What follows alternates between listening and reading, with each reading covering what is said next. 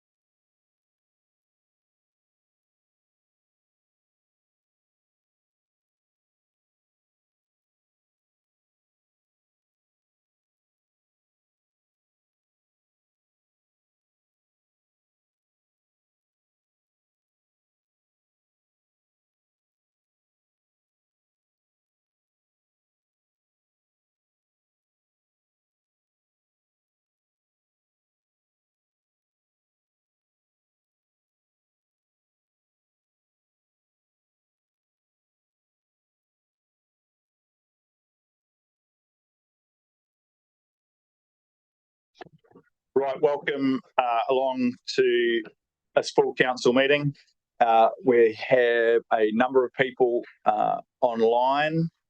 And just noting that we've met here a few times in a row over the last few days, and obviously with the cost of travel, some of our representatives from further afield have chosen, not surprisingly, to not come here for the third day in a row and come in online.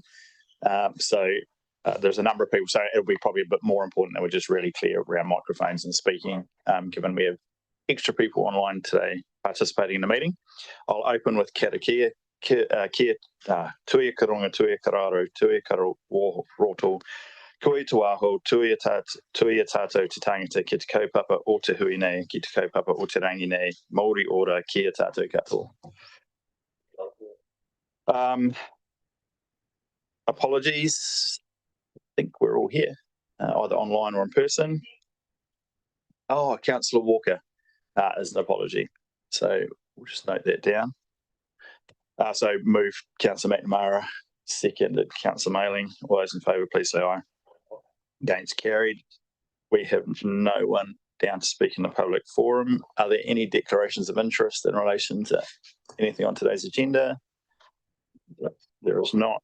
There are no late items. We have the confirmation of minutes, and I'll just come across to the governance advisors to comment in relation to the minutes. Through the chair. We're confirming the amended minutes and just adding, it was overlooked, around the links being added for the consultation document. Okay, so there is an amendment that was raised, I think, by Councillor Greening to the governance staff. So the minutes as amended are being recommended, and it relates to the inclusion of a link to certain information in the consultation document. So with that, I'll look for a mover and seconder. Councillor Greening.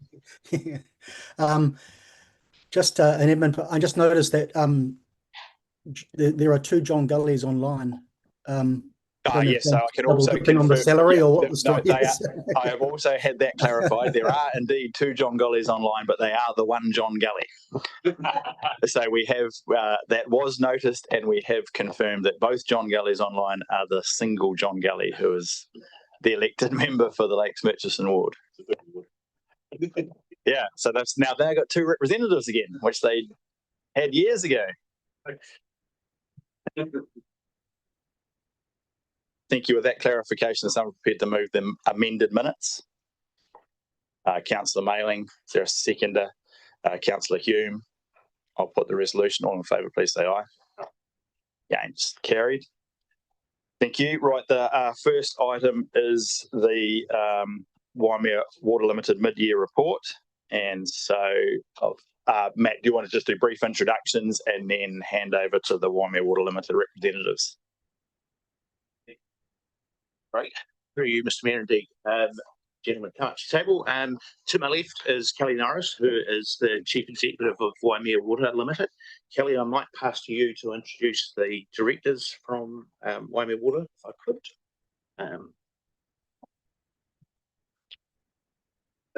Yeah, we've got myself, Doug, and Mark. There are 2 of our board members are here today representing the board.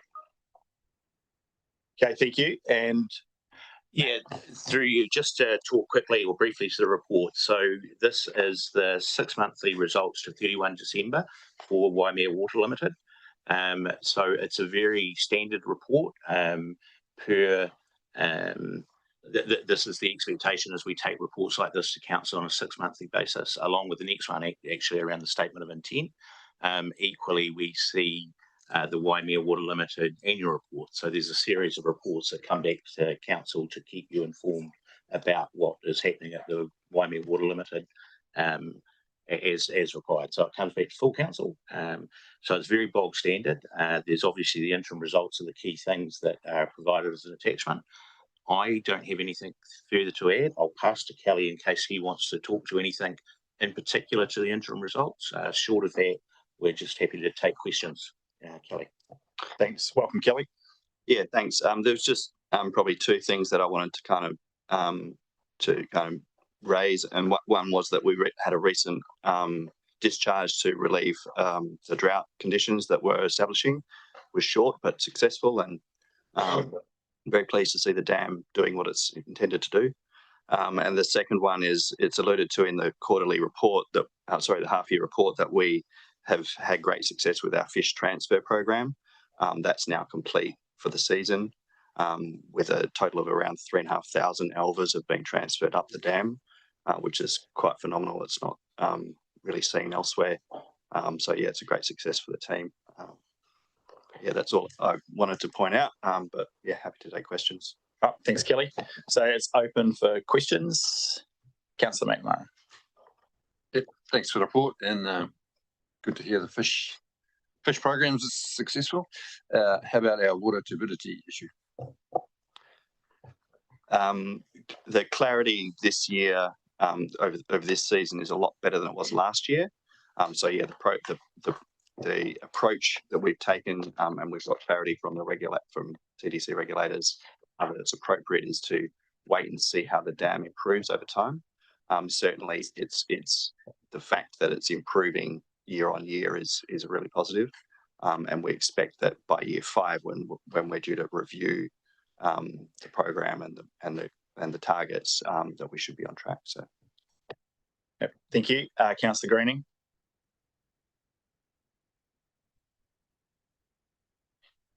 Thank you.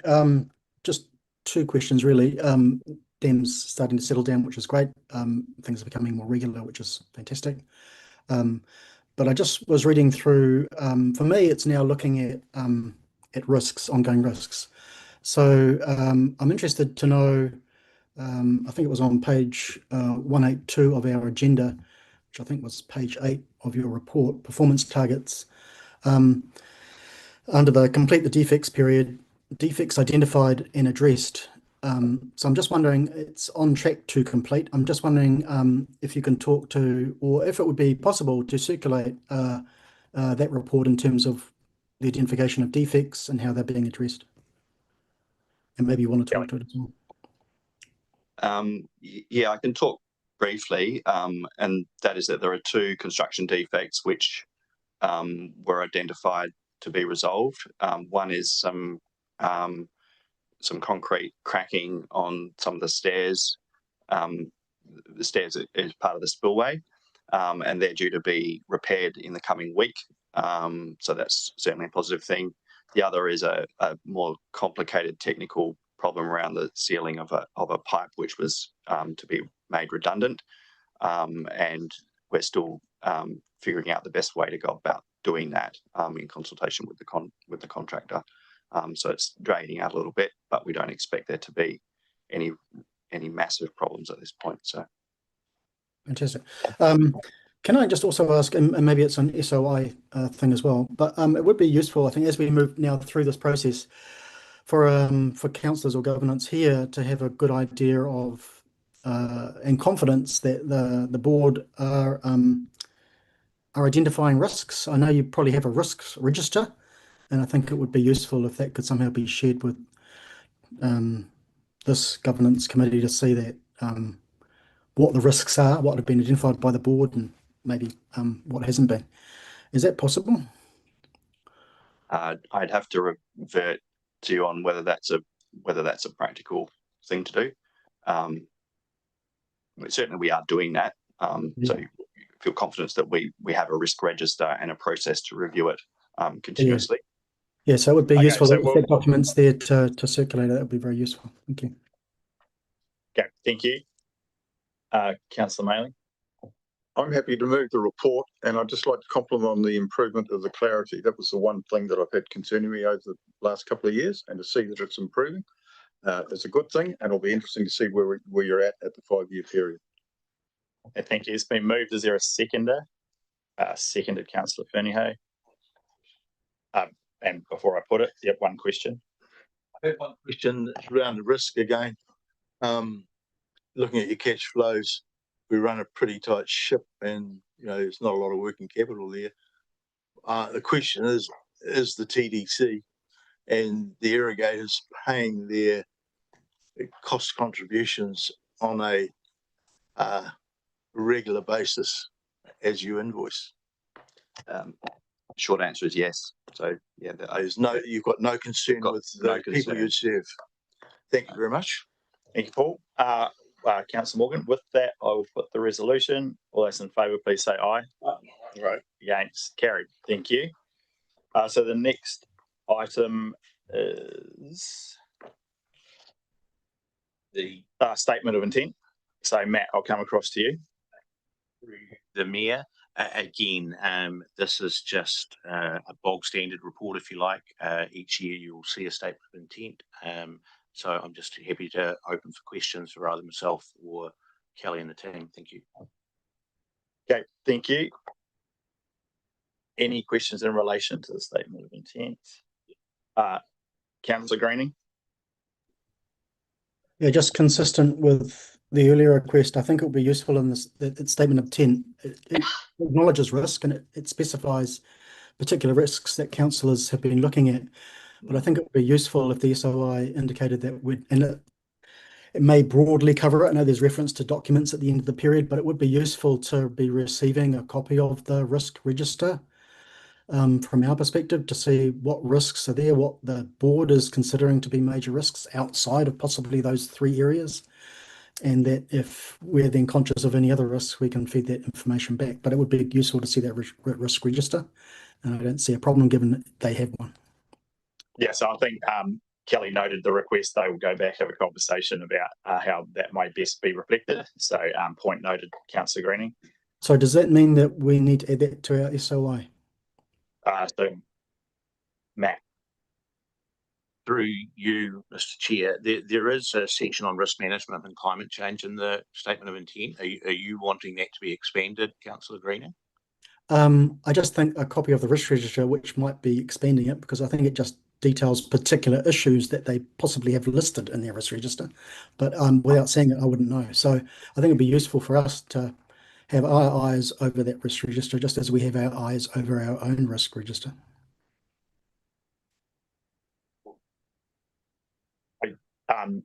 For clarity, when you first asked for the risk register, you wanted it, I think you indicated you were happy to receive it confidentially to the governance group to understand the thing. That's quite different from I think it should, yeah. I think it should be quite different from including it in the SOI, which is a public document. So I just think, right. No, well, we do list a request for documents at the end, and some of those I suspect would be confidential. So just making sure that we receive a list, whether it be formally or informally, and whether that, if the treatment is confidential, which I suspect it probably should be, because there may be elements in there that they don't want to, yeah, how do I put that? You probably just leave it like that. Financial risk on it. So, but I do think we need to make sure that we're getting a copy. And at the moment, it's just an informal request. I think it needs to be formalised. Certainly made the point around us being aware of the risk. I'm assuming if there were any risks outside anything that's been either published and or that we would have been told, that is my working assumption. There should be nothing that we are unaware of that is a risk of any significance. So that is, however, your point has been noted. I don't think it needs to be included in the SOI, but the undertaking is from the Waimea Water Limited board that they will consider how best to provide that information. It may well be in confidence, in which case it will be on a confidential part of a council agenda. If there's any expansion to the risk consideration, given this is the draft SOI, the opportunity exists for the board to take that back and consider as part of the final SOI completion. But certainly the point is noted. Councillor Butler. Yeah, thanks. The risk register should be sitting with the Audit and Risk Committee. So I'm sure that it actually is already part of their comprehensive risk register that is looked at by Audit and Risk members, committee members at each meeting. So that would be the first home for a risk register. Thanks. Yep. Thank you, Councillor Butler. That may well be the appropriate forum, but we'll leave the machinery of how to receive the information to a further conversation. Councillor McNamara. Thanks, and potentially not specific to the current topic, but something that occurred to me. So obviously you've got a program for renewals, and I'm hoping we're not going to see them immediately, but in terms of doing our long-term plan, I was just wondering, do we have a forecast for future ticket items, and if something does go wrong, I'm assuming it's just that we present it as an extra to the accounting process rather than something that we're building up a reserve for. Like I say, whether it's Matt or Kelly, so in terms of the relationship between the budgets that are produced by Waimea Water Limited looking forward and what we include in our long-term plan, Matt, in terms of our 10-year projection for cost in relation to the project, I'm happy for either of you to answer how that works. Through the Mayor, certainly, yes, we take on board the financial information for future forecast budgets, if you like, and they're part of what we put into the annual plan or indeed to the long-term plan. I think we get 5 years worth of information. I'm sure we could probably extend that out and get 10 years for the upcoming LTP once I talk to the CFO at Waimea Water. But yes, it's all goes hand in hand. Okay, thank you. Anything to add, Kelly? Only that we over the next year, part of our SI was to improve our asset management planning process. And so that will give you a much further out forecast, out to whatever, far into the future. And so certainly that information is considered as part of preparing budgets and can be provided if they're looking at longer term costs.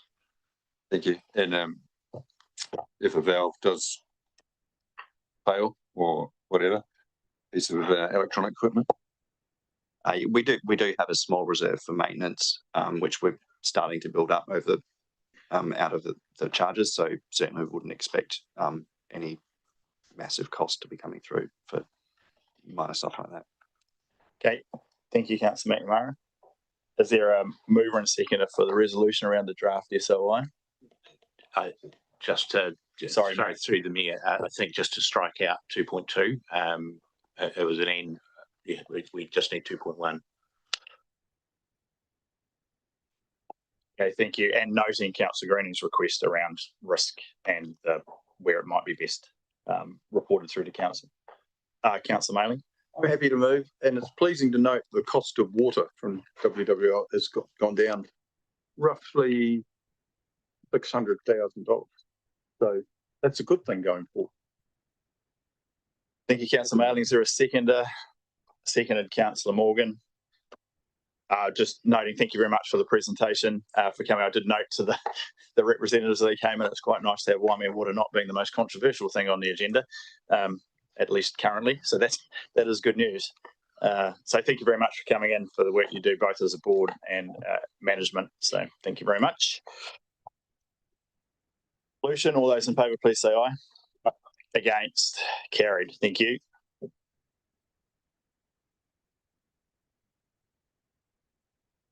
Next up, we have terms of reference for the Joint Building Authority Advisory Group and the Joint Climate Change Advisory Group. Robin and Steve, welcome.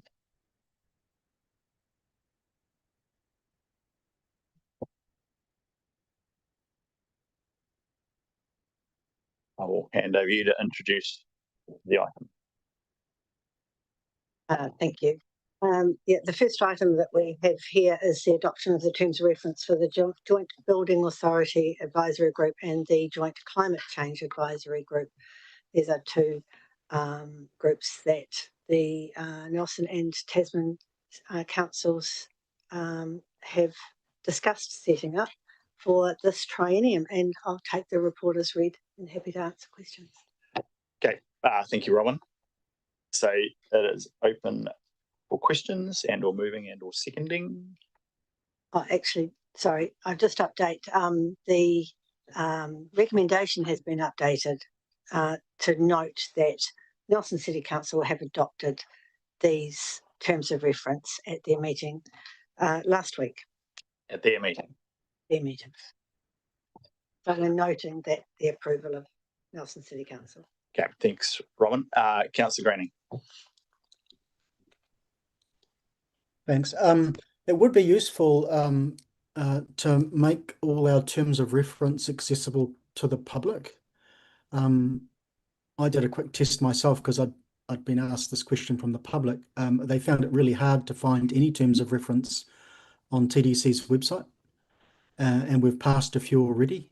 So I'm just wondering whether all the terms of references that we're locking in can be made easily accessible to the public. Through the chair, they're in the delegations register, and these will be added to the delegations register once adopted. Okay, well then, yeah, okay, the document, if someone puts in terms of reference, just doesn't find any. It finds two terms of reference and none others. Point noted. So we'll leave that to those who are responsible for the website search function to ensure that if you put in terms of reference, given that it is there, it's just under a different heading, that the connection is made and people don't just get a blank. Right, thank you. Anything further, or is there a mover and seconder? Councillor Morgan. Yeah. Question was clarity and articulation on why we're forming these groups and how much additional governance costs, etc., from management time. Is it going to, add to our costs? Steve or Robin? What's the benefit for Tasman District Council? I'm through the mayor. I'm not sure that there's actually a question that it's right for me to answer. What we're bringing is the terms of reference for 2 advisory groups that it has been agreed by both councils that we should set up. Yeah. And so I make the assumption that the debate on the virtue of those groups has already been had and held, hence giving rise to the. I'll cover the statement. So yes, so the two, so one, the building consent advisory group, is there was an agreement at the start to consider, and that's all it is at this stage, the option of combining the building consenting into one building consenting authority, or a variation on a theme, somehow working collectively. Couple of reasons for that. One is potentially having slightly different approaches to a bit of legislation which is common across both councils, probably isn't ideal. Secondly, just getting staff and retaining staff is a challenge, particularly now with the competition of private building consent processing businesses. And so looking at a kind of, and then there's the overall conversation about both councils working closer together, sharing services or combining services. So that's the building consenting one. And the climate change related one, again, having different, particularly around some of the policy direction to do with floor level heights, the way we treat sea level rise, the future planning horizon, given that we're almost certain to at least be doing spatial planning collectively, having a common understanding across the climate change policy, so that if you're building one side of Champion Road and the other, you're not dealing with a different set of criteria and rules. So they're the two underlying reasons. Councillor McNamara. Yeah, happy to move the report. In the terms of reference of the Building Authority Advisory Group, will they consider whether we should even be in the space, seeing as we're now competing with the private sector?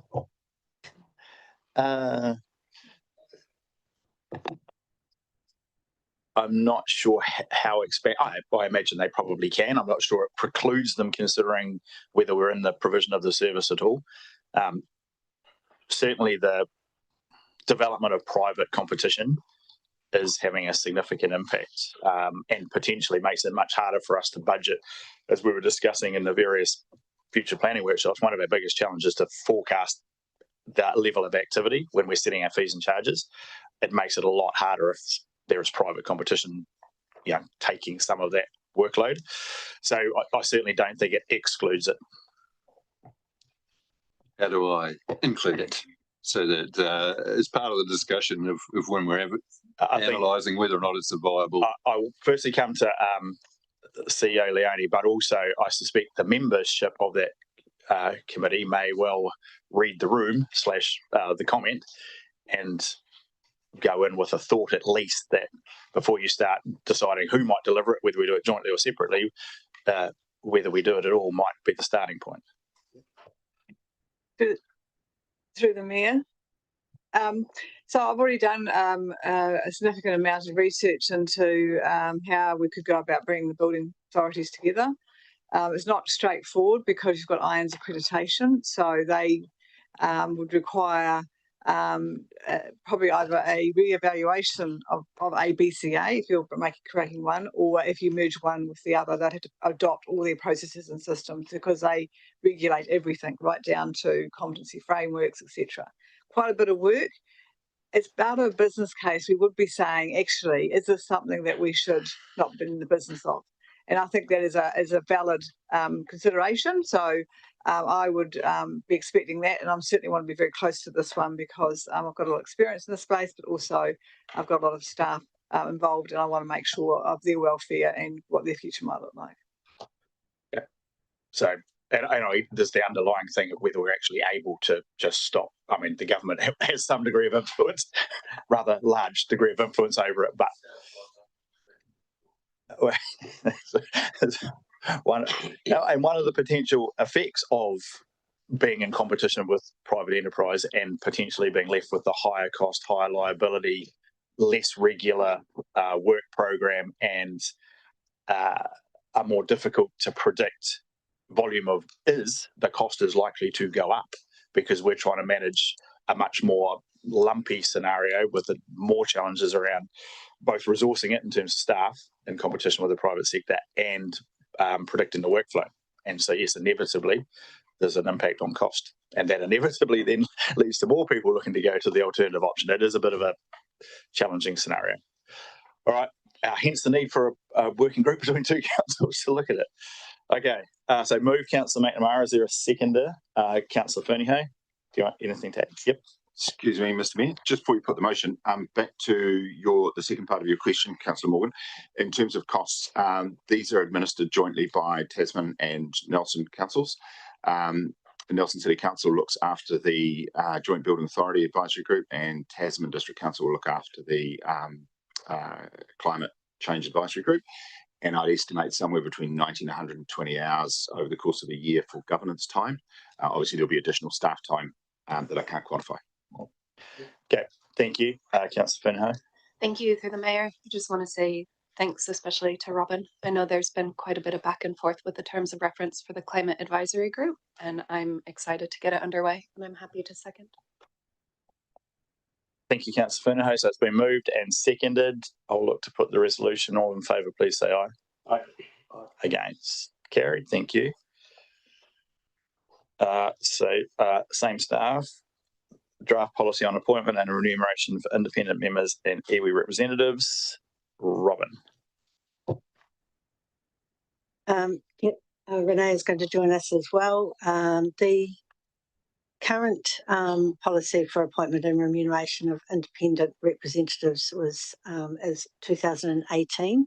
It's been around the traps for a very long time to update. There was a review of it a few years back, and we are able to bring it to council today. It now includes the iwi appointments as well. They used to be a separate appointment process, so we're now presenting to you a combined appointment and remuneration policy. And I'll take that as read. Thanks. Yeah. Okay, thank you. So I know there's been a number of people who have expressed some concerns over the complexity in relation to this. So I have advised the government staff they may anticipate some conversation around that. So I will now open it up for comments and or questions, and obviously moving and seconding if anyone wishes to.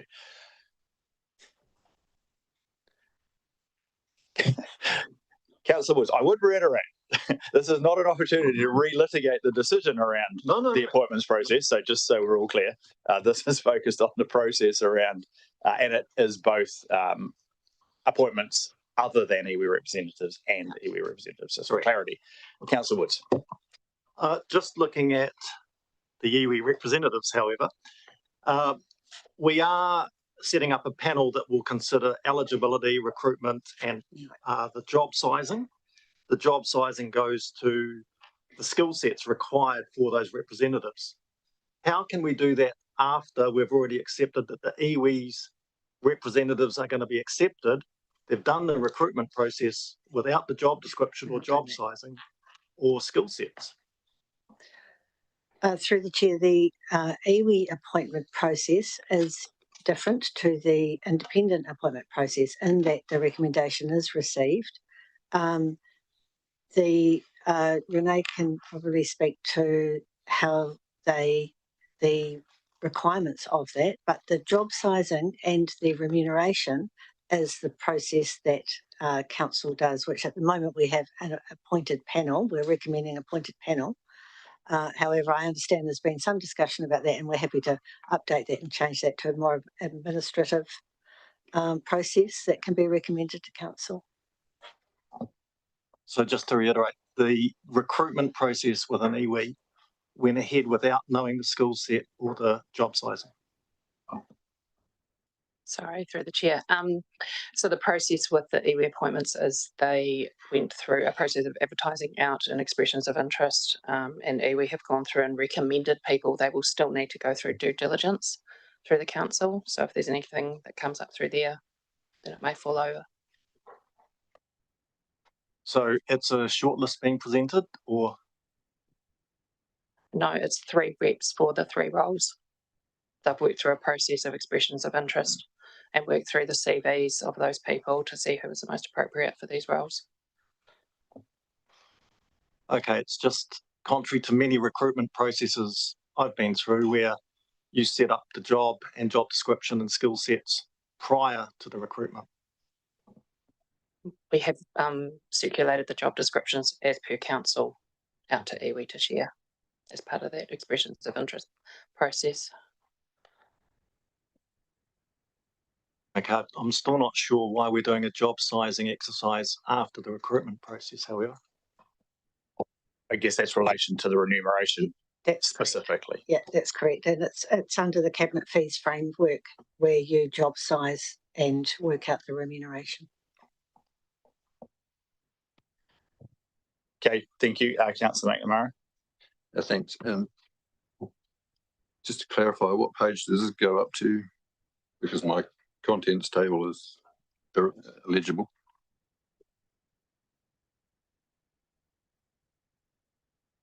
Goes up to page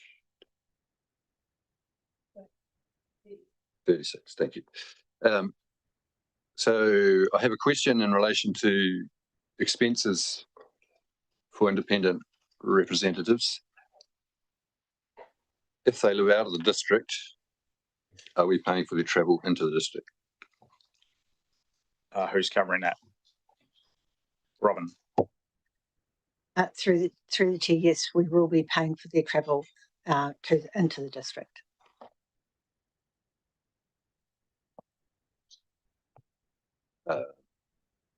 Can't say I'm real happy about that process.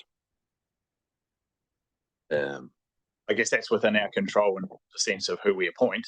Exactly. Yeah. If we choose to appoint people from outside the district.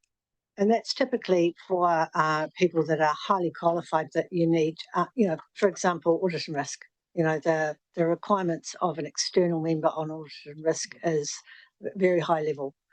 So of the applications that you might receive, the best person for the job may be outside the district. And in the big scheme of things, that's the best way to be managing what you need to achieve for your committee. Right.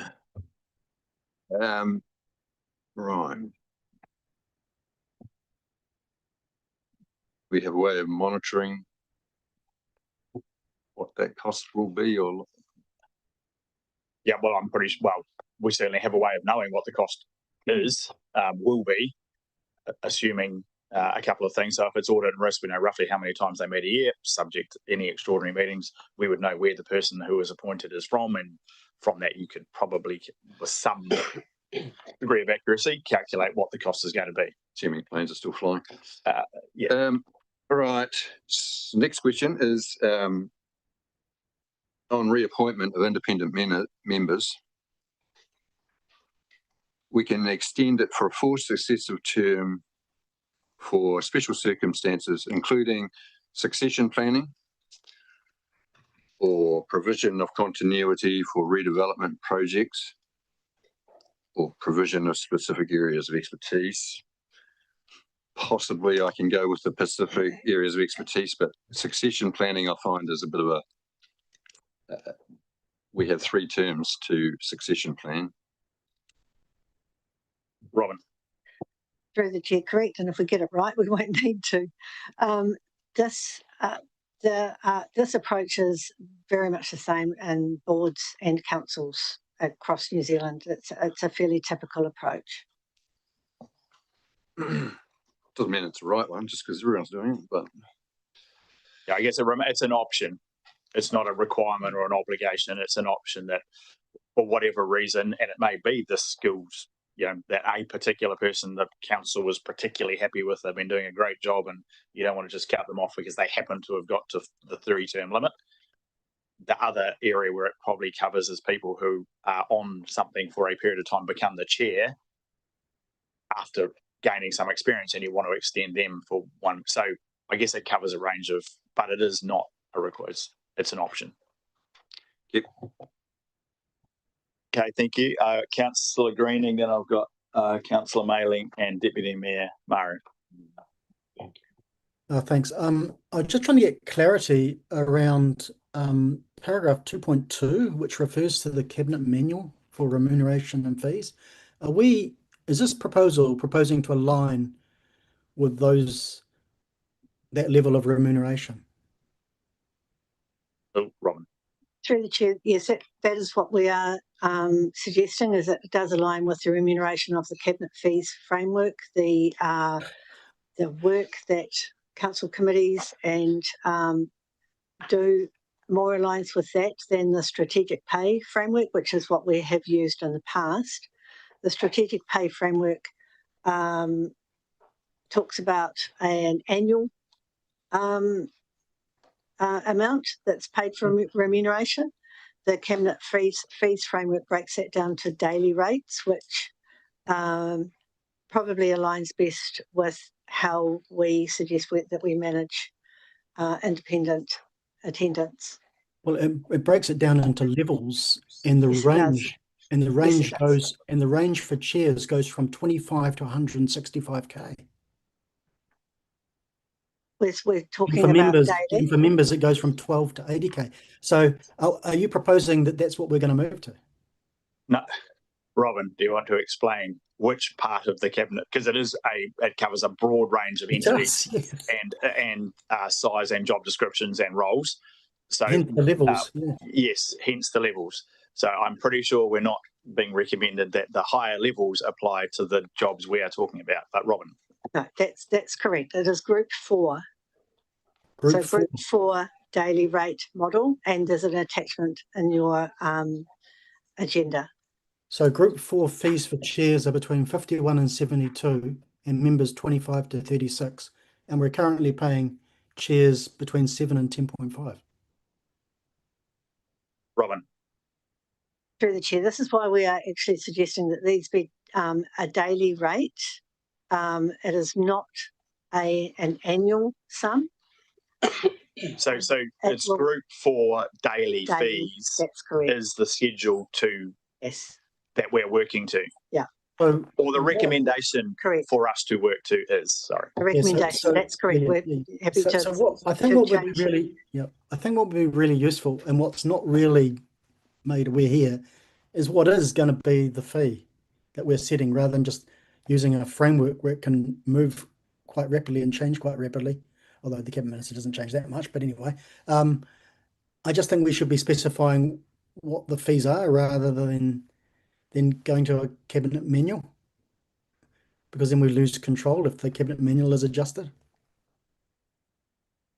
So through the chair, for an example, on page 23, no, sorry, this is the, there's a hyperlink to the cabinet fees framework, page 23. It does set out the fee range for a chair. Above that, it sets out what needs to be addressed for job sizing. We think that this is a very good framework to be basing remuneration on. I'm not disputing it. I'm just disputing that framework is more expensive than what our current framework is.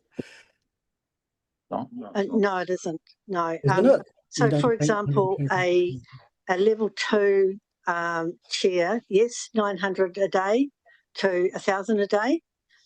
This includes preparation work. It refers to meeting attendance.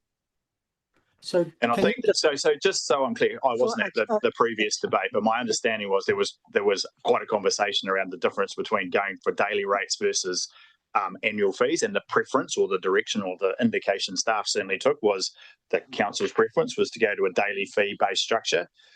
And this is a structure we don't have to reinvent, we don't have to create, it's already there for us. I'm assuming that while this is the policy, the actual recommendation for specific roles will come back based on this policy. If it's passed as suggested, it will come back through the panel. If there is alterations to that recommendation, it could be a recommendation direct from staff to a council committee or the council. And at that point, we would approve a specific figure.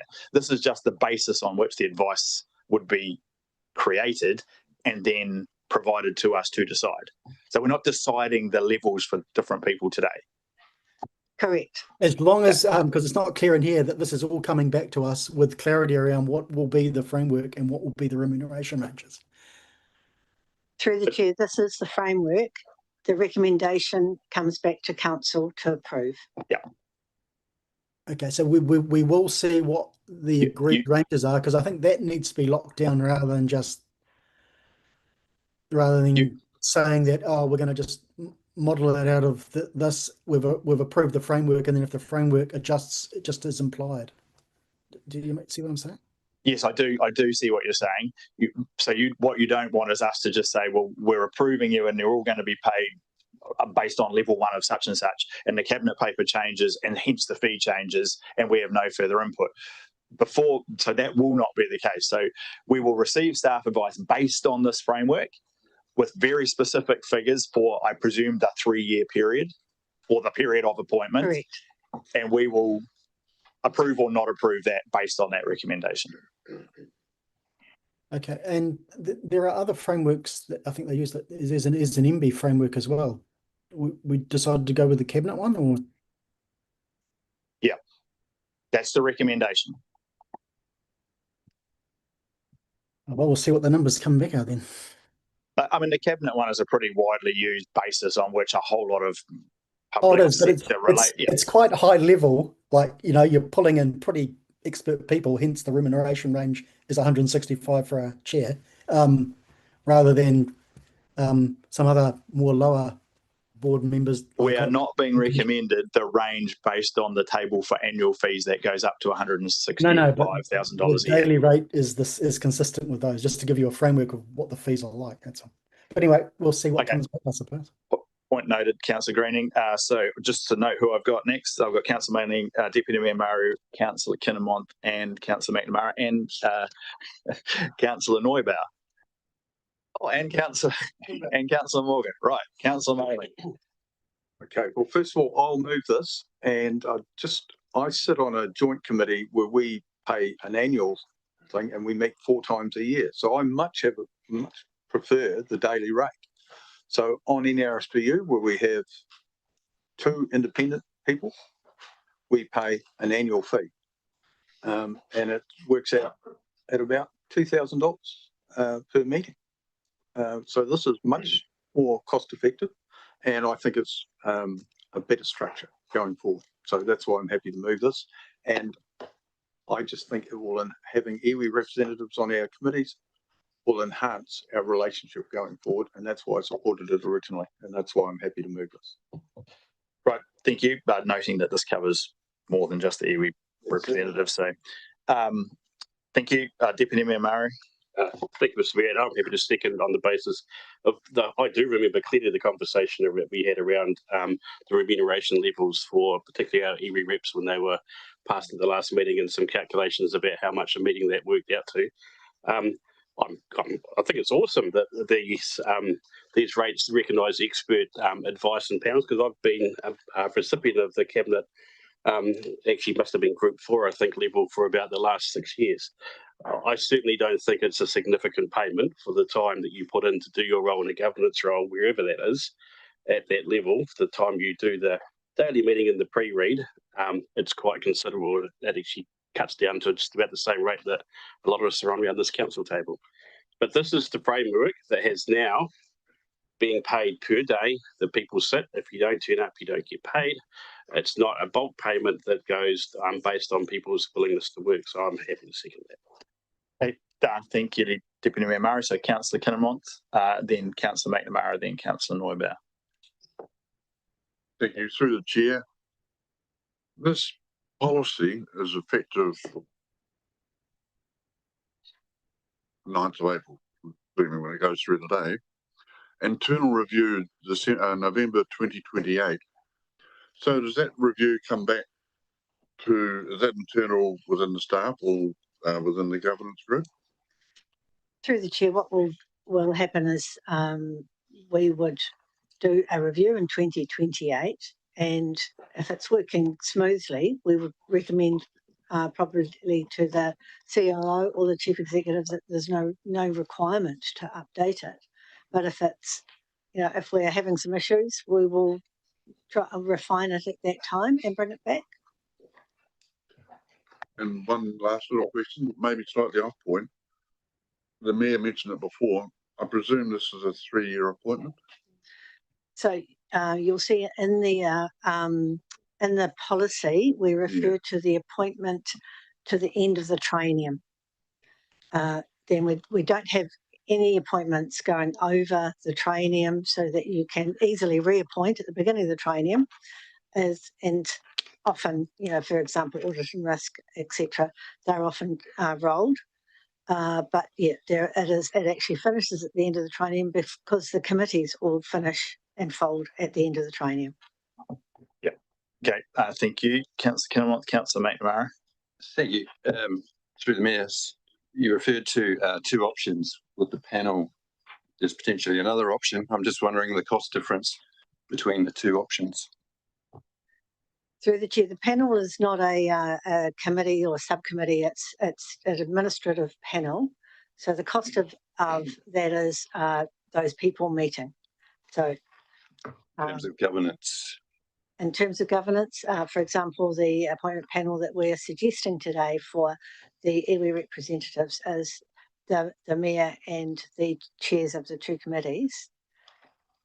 And through the Mayor, the process, I'm saying, if we appoint a panel, it will be a more official process, yes or no? Yes. Which will cost more? I think the cost essentially rubber stamping is fairly minor. It is a matter of actually being provided with the information, the panel meeting to discuss the job sizing, how that aligns in the cabinet fees framework, and then staff will prepare a report with a recommendation to council. Yeah, so I suspect the bit that's, if there is a cost of any significance, it's the preparation of the report to council, the additional role of some governance people in preparing that report, or I guess sense checking it, so that we try and not put up a report that doesn't have any chance of success. Shouldn't cost any more, I would have thought. I was just going by the procurement panel process that we were told. So somewhat more complex, and yes, it's fine. Yeah. On that basis, I would like to move an amendment that Councillor Morgan is included in the appointment panel. So I think we are not utilising our expertise around the table. I'll look for a seconder to the amendment. Seconded Councillor Hume. Probably doesn't need a huge amount of debate or discussion. Doesn't probably make minimal difference. Certainly isn't going to impact the cost. I'll put the amendment. Everyone clear what it is? All in favour, please say aye. Aye. Against? Carried. Thank you. So the resolution is altered. Is there now a mover and seconder for the resolution? Oh, sorry. The seconder movement. The resolution has been amended. We already have a mover and seconder. Councillor Neubauer. Thank you very much, Mr. Mayor. I thought you forgot me there for a second. Can I ask, what is the value of this appointments panel? What does the appointments panel add that the chief executive and member of our ELT can't do in terms of making recommendations to the council? Through the chair, I think it's not really in relation to making recommendations to the council, but what they would provide is that they are the chairperson of the committee that the person is being appointed to. They will have the knowledge of what they will require from that person. That the support will be from the chief executive or group manager, the kohota with regards to the iwi representatives. Sorry, but I have a fundamental issue with the, that this selection process flies in the face of democratic principles. We're talking about independent appointed members, right? So everybody around here is elected, and now we're trying to set up a small group of elected members who then appoint. So we're really clear, rather than appointing, yeah, but involved in the recruitment process, which to me means the independent appointed member isn't so independent anymore. So in view of that, I would like to move an amendment to strike out any reference to this panel. So I think that would be a direct negative, because it's moved and seconded, then amended. Yeah, sorry, now you're confused like me. We're both confused. And striking out that is effectively a direct negative to the resolution that's been moved. Like it's kind of fundamental to the resolution. You can foreshadow a resolution, should this not be passed, to move it without the inclusion of the panel, and therefore have a direct staff recommendation. I'm entitled to relax, really. The process is, I think it's kind of largely predetermined. I suspect the panel is there to provide some degree of oversight, some degree of, I guess, governance input, particularly around which level and based on the assessment and the score that provides where you are on the Group 4 daily fees, of which there is quite a wide range, as Councillor Greening has already pointed out. That will hopefully ensure smooth passage of the recommendation through the council. But yeah, whether it's there or not is really, I'm not that fussed either way. If I may, through the Mayor, in response, Councillor Neubauer, what the inclusion of Clause 5 does is it provides more opportunity for councillors generally to consider the appointments that come before council. If we didn't have Clause 5 or Recommendation 5 in there, then it would be a recommendation solely from staff as to the inclusion of independents. What we have found is that, what we have observed with this council is that there are often requests for more visibility of proposals to elected members, and Recommendation 5 speaks to that. But what I'm suggesting is it provides this opportunity to some members of the council, but not all members. Yeah, well, ultimately, who then puts forward a recommendation to full council for the adoption or otherwise of the nominated person. Yeah, yeah, you can move to add more members. I think we're at risk of massively over complicating something that is should be reasonably straightforward. But that's just my perspective. I've got Councillor Morgan and then Councillor Ellis.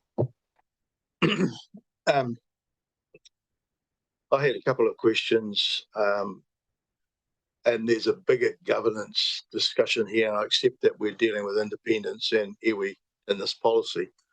But my thinking is around our overall HR process.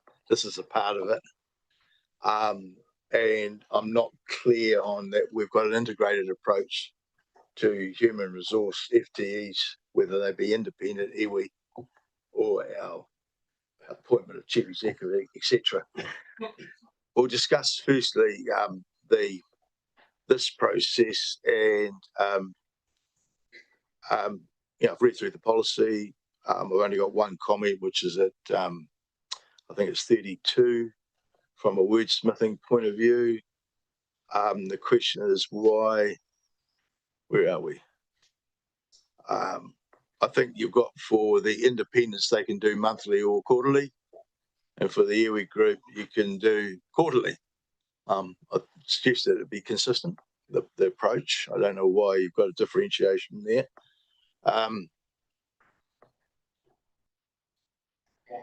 Page and where? It was, I think it was point. Yeah. It was of the attachment where they can invoice or be paid. Right. Through the Mayor, that just speaks to the frequency of the meetings. So okay, some committee meetings are monthly and some are quarterly. Yeah, I understand that's a practical thing. Okay. In terms of the iwi representative appointment panel, I don't know that we actually need it, but I understand the management sentiment, because normally in a governance role, the chairs of the committees would want to engage who their fellow governors are and have an ownership of the relationship. So it's not an unusual process to have. Where I have a problem, Mr. Chair, with the appointment panel, really we need to review how we do the overall HR package. And so my question is, when will we address the overall employment policy So remuneration policy, etc. So just so we're very clear, the only people that we employ, the only person we employ, so the only employment relationship we have collectively as a council is with the CEO, and there is a process around appointment, remuneration, review, etc., which I presume everyone is aware of or can find, and then the appointment, although not direct employment, of independent members to committees and or council governance structures. So I'm not quite sure what your question in relation to the wider. My question is at what point will we review our HR policy process, employment policy, remuneration policy, the nature of our contracts from a governance point of view? I understand we have one employee, which is the chief executive, but we have oversight of all the policy, etc., that they apply, delegated to, and it's a fundamental plank of our governance. It's 20% of our budget, and we need to be quite clear how the consistency and the policy that's being applied according to all our FTEs, whether independents or iwi. Just in response, I oversee all the policies, so I sign all the policies, the HR policies. They all come through our governance, our own internal governance. So I have an executive leadership team who are our governance across our people. So they all come through us. We also follow the legislation quite closely. We also have very robust recruitment processes in place. All our job descriptions are evaluated through strategic pay or their framework. We've got staff trained in that framework. So it's not something for this governance. It's different to a board of directors. I have been on the board. Do know the difference.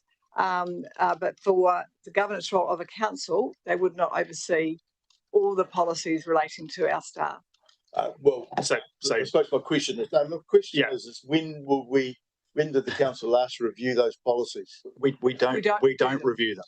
Well, I suggest then, Mr. Chair, that there's a gap in our governance processes. So I'll leave it at that. This is not this topic. So there probably needs to be a conversation specifically between yourself and the CEO to just highlight the difference between a traditional board structure and the local government structure around employment and responsibilities, etc. So it's I get the question, I understand where you're coming from, but I just think that's not the topic of today's conversation. It's an important clarification to close on through the Mayor too, that the committee appointees are not employees and not covered by the same legislation. And so a lot of those policies that we have been speaking of and HR practices don't apply. Okay. Where I sit, I always look at the total cost of the human resource in an organisation. It doesn't matter if it's at the board or if it's at employees. I get your experiences in the private sector, and hence the conversation and the clarification that is a perfectly legitimate and understandable question. It's just not answerable today, and there is a very big difference between board of directors and local government governance, rightly or wrongly. Councillor Ellis. Thank you, through you, Mayor. I'd just like to check, and apologies if it's in here, there's all sorts going on in my brain at the minute. But I've just been wondering, with this new policy, is it commensurate to what our independent members are being paid at the moment? I don't want to be in the position where they are suddenly not on a similar par to where they are now, and I would be quite distressed if we were to lose them, because this new policy would severely impact the costs that they have for coming to our meeting. So I just want to check that this will enable us to keep them at least on a par. Through the chair, yes, there is grandparenting included in the policy. So the current appointed members, of which we have 2, can choose to move to the cabinet fees framework if they want to, or retain the remuneration that we now give them. If they were to be renewed in future, they would be renewed on the current policy. Thank you very much. Thank you, Councillor Ellis. Councillor Greening. Thanks. A couple of points, but I just want to also just jump into an earlier comment around the concerns around the employment policies and their review. I think a number of councillors have raised concerns that some employee benefits that were kicked off a few years ago are not somehow kept in check, and the CEO has made it very clear that the governance won't be involved in somehow pulling that back. So I think there's a concern around the chamber that we seem to have no control over the. So for clarity, employment Councillor process. Greenie, that is not this is not a topic about employment issues or relating to staff. This is very No, much about the I'm appointment to responding. committees. Councillor Morgan has raised the issue. Yes. It's been noted. I don't want everyone to have a comment in relation to it, because it's not the topic of Well, I'm the entitled to item have we're a comment discussing. on it. I just think that's a fair point that he has raised, and I think given what's happened and the concerns around what seems to be Councillor Greenie, could impacting you on- just constrain impacting your on- Yeah, Councillor no, no, no. Greenie, could you just constrain your comments to the resolution that we're debating and the topic that the report is? You've stated your support for Councillor Morgan's point. That is noted. I don't think you need to expand any further. Councillor Morgan made the point perfectly adequately. As I said, it has been noted. So if you could just confine yourself to the item we're discussing at the moment. Right. So my other concern is if these recommendations are rejected, so they come back to full council from the panel and are rejected. The problem is that when the council is reviewing whether to approve the recommendations or decline them, they're often not declining them or approving them in a fully informed way because they don't know who was not put on the list, or if they reject the recommendation, who would then be entertained. So I think it would be useful that any report backs that come to council are also providing information about candidates who didn't make the cut, because that informs whether they want to support the recommendation or actually challenge it. Otherwise, council is blind as to what's going on. And given these are all made in committee, I think that's a reasonable request. I mean, ultimately, Councillor Greenie, like all appointment processes, there is a long list and a short list and a process to go through, except for, as has been noted already, the iwi appointment process, where effectively that process has been undertaken separately to us. And yeah, that is the process that we work through. It is, if we appoint a subcommittee to go through that process. I'm not talking about I'm talking about the report backs. The other option is council does, all appointments as a whole and gets all of the information and all the long listing and goes through all of that.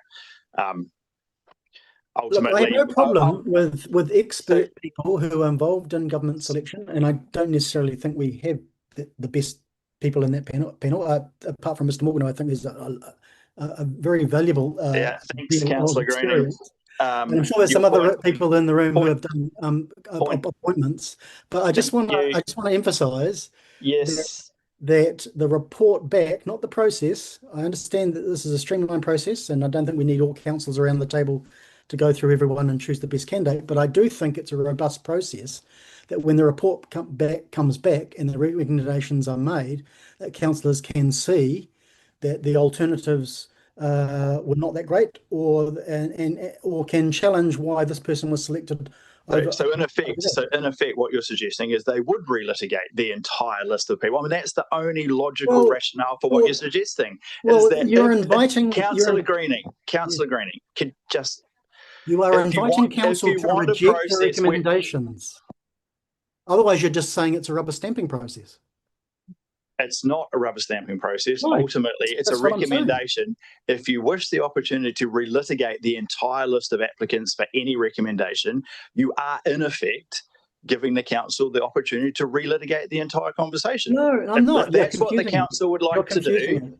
What I'm saying is, when the recommendation comes through, when councillors can either approve those recommendations or not, they need to have in mind the alternatives and also have the confidence that the best candidates were selected. Now, if you want to move an amendment to the resolution, then you need to do so. If as your point being noted, your point is noted, and I'm now moving on to the next speaker, which is Councillor Woods. An amendment then to the motion, which is to ensure that that the report back includes information on the candidates who were not successful, so that council can make a fully informed decision on what it's voting for or not voting for.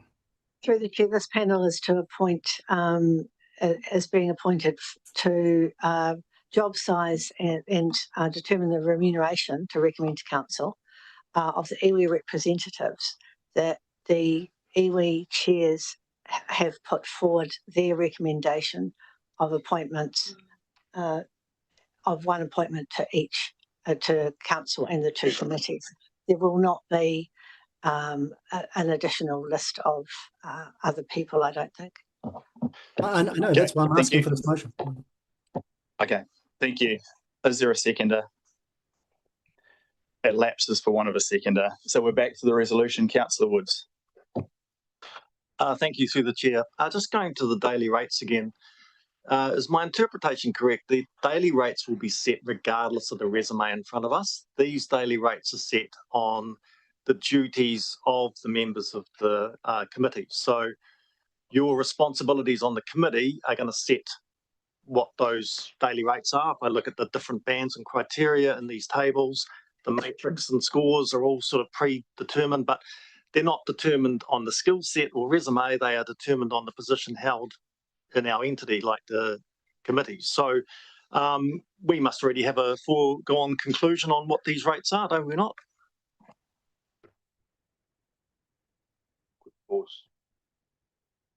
Robin.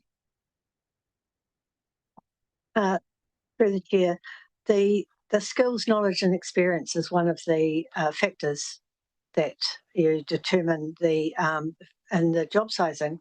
So I think that would reflect what you're saying. I'm not quite sure what you're saying actually, Councillor Woods. If you go through the tables that set the daily fees, none of them talk about the skill set. They're all about the responsibilities of the position that we give them. So it's a pre-gone conclusion. We must already know what the skill set or what that remuneration is for someone that, say, sits on SF&P committee. It doesn't talk about... Page 28 is covers skills, knowledge and experience. That's one of the first ones to if you look at this, like the function, level and scope of authority. Just what the purpose of the question is. Yeah. So there is a number of processes to set the recommendation around remuneration where you might fit in the band. What if are you suggesting that if there are three people and one has this level of skill experience but they're all doing the same job, that they should be paid differently? Is that I'm not quite sure what you're... No, I am saying that let's say the iwi representative, one is a school teacher and one is a high level CEO. Yeah. To us, regardless of that resume, their responsibilities on the committee are equal, and so they will be applied on the... Correct. Yes, no, that's exactly right. Has nothing to do with it. Correct. So why can we not say right now and here what those committee levels are on this matrix? We should know right now today. Because we haven't approved this as the matrix. So for the staff to do that, we have to first say that is what we want them to do. It should be relatively machinery, I agree with you, once the council adopts the policy.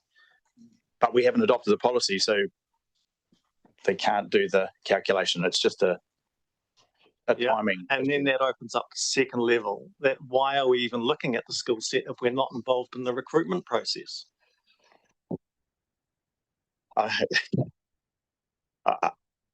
At the end of the day, I think it is fundamentally the size of the job that is going to determine the remuneration.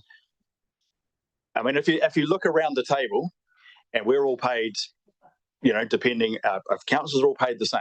No one's making an assessment or a judgment about your background, your skill level, your basis, whether you're a CEO, a businessman, a school teacher. So, as you actually really correctly point out, it is the responsibilities that we have collectively that determines what you're paid. We all come from different backgrounds, different skill sets, different, you know.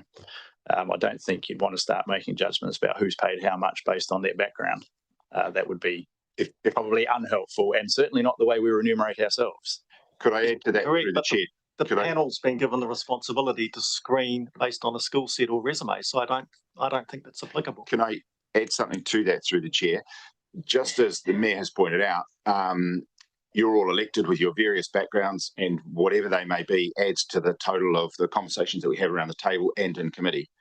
The opportunity under the skills, knowledge and experience sector allows the committee chair in this case to determine the makeup of the skills around their committee table and whether or not they need to augment those skills with some specific skills from outside, because we can't guarantee what it is that we're going to get in terms of elected members and what their backgrounds are. There may be some specific skills that we seek to contract in because of that. And that's why this says the score below should reflect the level of skill required by the majority of members and should not be based on a particular individual. The fact that it has a higher weighting to reflect that it is an application of the skills, knowledge and experience in carrying out their responsibilities is a major contributor. So where a committee, hence this panel, determines that they need specific skills, they go and get them. But with all due respect, just allow the recruitment process to go ahead with an iwi that doesn't take into account any of your requests for skills. Well, I suspect that's a statement that you probably can't back up with any facts, because we don't exactly know entirely what the process was. I'm working on the basis they did go through a process that considered the right skill mix for the roles that they are recommending people for. I don't think you can assume that that was somehow done in another way, not considering those skills mix. The process we're now considering is a panel to consider a recommendation to the council for the appointment of those people. There is a degree of due diligence, that will be undertaken, but a lot of that pre-work has been done, and then recommendation on the remuneration for those appointments based on the cabinet structure that we may approve when we put this resolution eventually. Councillor Neubauer. Thank you very much, Mr. Mayor. Look, I just want to be clear. I'm going to be voting against this resolution because I don't have any confidence in this process, especially seeing that we are looking at appointing members with voting rights. So just to be clear, I will vote against it and foreshadow that I would bring a resolution to council or move a resolution to council for a process that involves the whole council in the recruitment process and doesn't give any elected members preferential treatment in the recruitment process. Okay, thank you. I'll note your foreshadowing. I will now look to put the resolution. Everyone clear what we're voting on? So as amended with the addition of Councillor Morgan onto the panel. I will put the resolution. All those in favour, please say aye. Aye. Against? Against. That's two, three. Anyone want their vote recorded against? I'll declare the resolution passed. Right, thank you. Recorded Woods, Neubauer, Kinnamont against. Thank you. So we'll now break for 10 minutes. Come back at 11.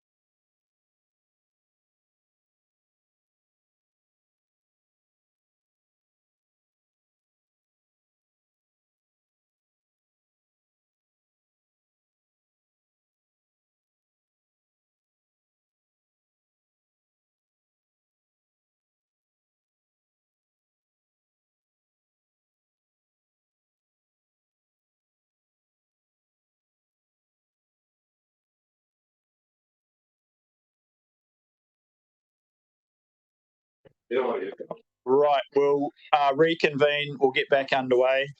So next up, we have the Tasman District Council local government statement. So we've got Steve, Robin, and Leet, and Elaine, I believe, is online. Elaine, yes, there you go. So, who's leading? Robin, are you the leader of this conversation? I'll hand over to you. Through the chair, I can start that. Just presenting the local governance statement that council's required to prepare within 6 months of an election. It does take a significant amount of time to nail all the moving parts that go into a governance statement. For example, policies that you've adopted to date, updated delegations register, and a variety of your other governance structures and processes, etc. Which is why it comes to you at a time where it needs to go online very shortly. Throughout the governance statement, we've included a lot of links because things like the delegations register are updated periodically. So we've made it so that when a member of the public goes online to read this, which is typically in the year before an election where it gets more hits, we are hoping that most of the relevant documents will be updated for them and not outdated. Happy to answer any questions. Okay, thank you, Robin.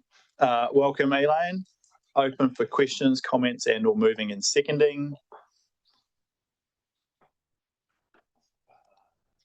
Councillor Kinnemont. I'm happy to move.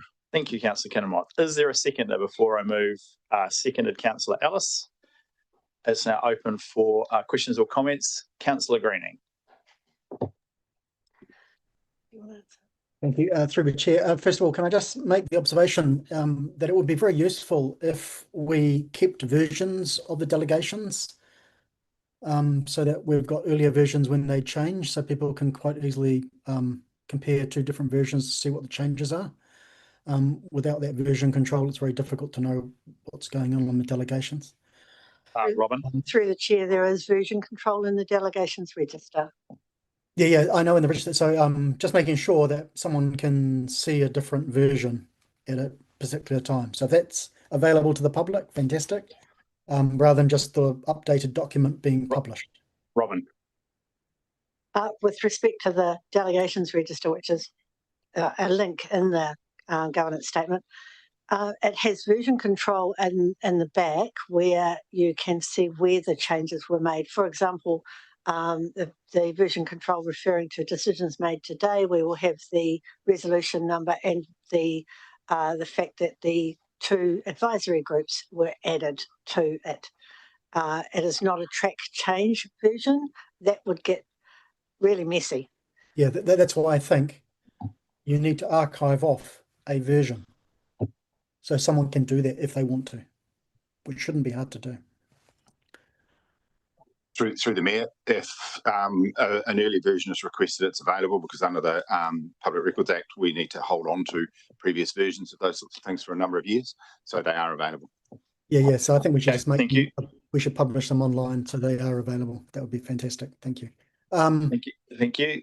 My other thing is just in relation to paragraph 7 of this government statement. I've emailed some wording to the governance team before the meeting. I just think it's strange that we haven't recognised or acknowledged the Local Government Commission's recommendation. We don't often get any. I think we haven't had any. Well, certainly I haven't received any since I've been here. This has been the only one. So I think it's worth acknowledging and either summarising or including the words, which I've also provided usefully to them, where the recommendations were actually made, which was paragraph 116 and 117.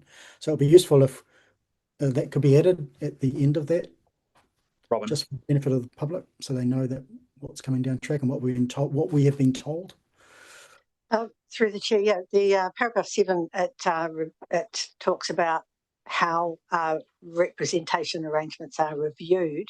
The information from the Local Government Commission was really valuable for us to inform us and be cognizant of when we run the next remuneration review. We didn't really consider that, you know, an administrative notice was something that would need to be included in the governance statement. So can you just clarify? So just bear with me, Councillor Green. If people put into whether searching on our website or whatever, the representation review and the local government recommendations, I'm assuming that's all available because there's a whole report from the council decision, the review, the final decision, which includes, as Councillor Green points out, some recommendations for a future review. That is all publicly available and accessible on our website. What you're saying is it doesn't need to be included specifically in the governance statement. We didn't think that it did need to be included, but you know, we're happy to include it if the council wishes. Right. Yeah, I think we should, because it's not usual for this council to receive that kind of recommendation. So if it could be added, or if a brief paragraph with a link to the respective resolutions or in the recommendations, that I think would be transparent for the public to understand, because I think it's confusing whether the last paragraph is referring to a review I'm getting from the the indication from the mover and seconder that if there's a relatively simple addition that can be made to clarify the point. Yeah. So point noted, Councillor Greening. Thank you. For any further, Councillor McNamara? Thank you, through the Mayor. Just a clarification. You said any previous edition of the delegations register could be accessed by a member of the public through you. Yes, it did. Yep. That would be directly in contrast of what I have been told. So I'm wondering if there's a reason we would withhold a previous edition from the delegations register. Through the chair, this is not the forum to discuss individual Lagoima requests or requestors. So I will have to decline to answer that at the moment. I'm happy to have a conversation with you in private. General question through the Mayor. Just for clarity, so the question is, because the answer was that if a previous version of the delegations register was requested, that we are able to provide that, because we should have a long history of delegations registers going back to goodness knows when, some of which, and certainly in the latter, let's say last period of years, should still be available. That's all. I don't need. We're required to hold documents under the Public Records Act, and so those documents that we do hold under the Public Records Act and subject to the various criteria for disposing of them, we will have earlier versions of that, and if requested. I think the nuance from Councillor Greening's question was, do we want to post all of those on our website? No, we don't, because we'd be publishing gigabytes and gigabytes and gigabytes of documents on the off chance that someone might request it.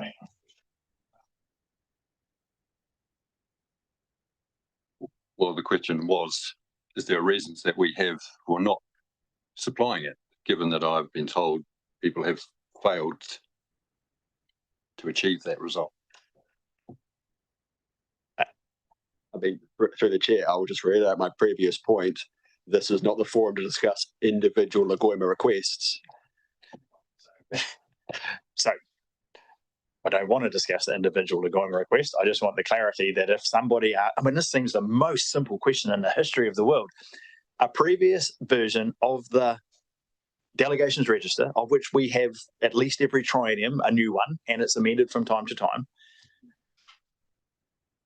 I'm assuming that given that it is sent to us every time in a version, we must have all those versions. They're sent to us, they're on agendas, it doesn't seem, it's still be a real simple question. And I don't need the individual thing. I just need, if it's asked for, it's available. That's all I need. A simple yes or no. If it's asked for, then my team will consider its release under Lagoima, the way we do with every information request.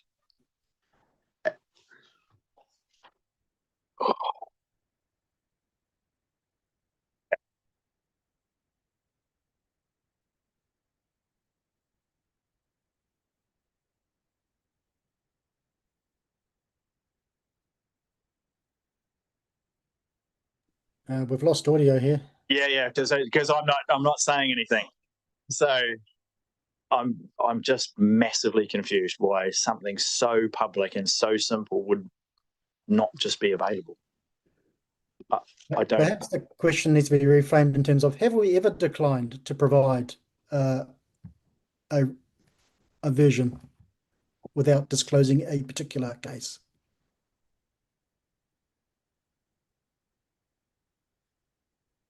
Through the chair, yes, we have declined a request for multiple versions of the delegations register, and again, without getting into specifics, on the grounds that the request of that information or the requestor was acting in a way that was trivial and vexatious. And I will note that, and certainly in at least a few of those occasions, the council's decision making has been upheld by the Ombudsman. So that is the clarification we need. So yes, it is publicly available. Depending on the nature of the request and quite how voluminous and extensive it might be, there may be reasons to withhold it. So I think that's probably all we need to discuss. Thank you, Councillor Greening. Your question was quite helpful. Can I just ask a supplementary, given the response I just had, which I thought contradicted what I thought had just been agreed, which was, I thought it was pretty straightforward to put the versions on to avoid Lagoima, because we have so many Lagoima requests. And I don't see it as that large given the voluminous amount of material we currently publish. So I don't see it as arduous to publish versions of the delegations register. Like the previous conversation, we don't want to go down a path that is not directly related to the resolution that we're asking. I think there has been clarity provided by both Councillor McNamara's question and yours that it is public, that versions are publicly available. Well, the staff member just said it's not. Councillor Greening, no, that's not what was said. What was said was, depending on the nature of the request, and as you pointed out, we have literally such a vast range of information. If someone made a Lagoima request to say, can you provide us every bit of public information the council holds, that may not be seen to be reasonable. But because I understand that. What I'm saying, so all I'm trying to suggest, Councillor Greening, is the question has been asked, perfectly reasonable question. There has been an answer provided, which I understand is an actually perfectly legitimate answer, and we are now moving on. The answer that was provided just contradicted the answer I was given. So that may well be the case. I'm just saying, can we publish versions on our website? And it was like, yes, we could. And then subsequently, the COO said we're not going to. Through the chair, with respect, Councillor Greening, I think you're mischaracterising the conversation we had. I was asked if the documents were available, and I advised that under the Public Records Act, we're required to keep them. You then assumed that meant that we could make them available on our website. And I subsequently, in a follow-up response to Councillor McNamara, I said that we couldn't make all of that information available on our website because it was unfeasible for us to do so. Okay, so we're now moving on. We can come back to this another day and another conversation. I think we should. Thank you, Councillor Greening. Point noted. So are there any further discussions or topics or questions? If not, I will put the resolution that's been moved and seconded. All those in favour, please say aye. Aye. Against? Carried. Sorry. Next up, we've got water services delegations. Leith, you remain there, but Lacan, welcome. Thank you, Stephen, Robin, and Elaine.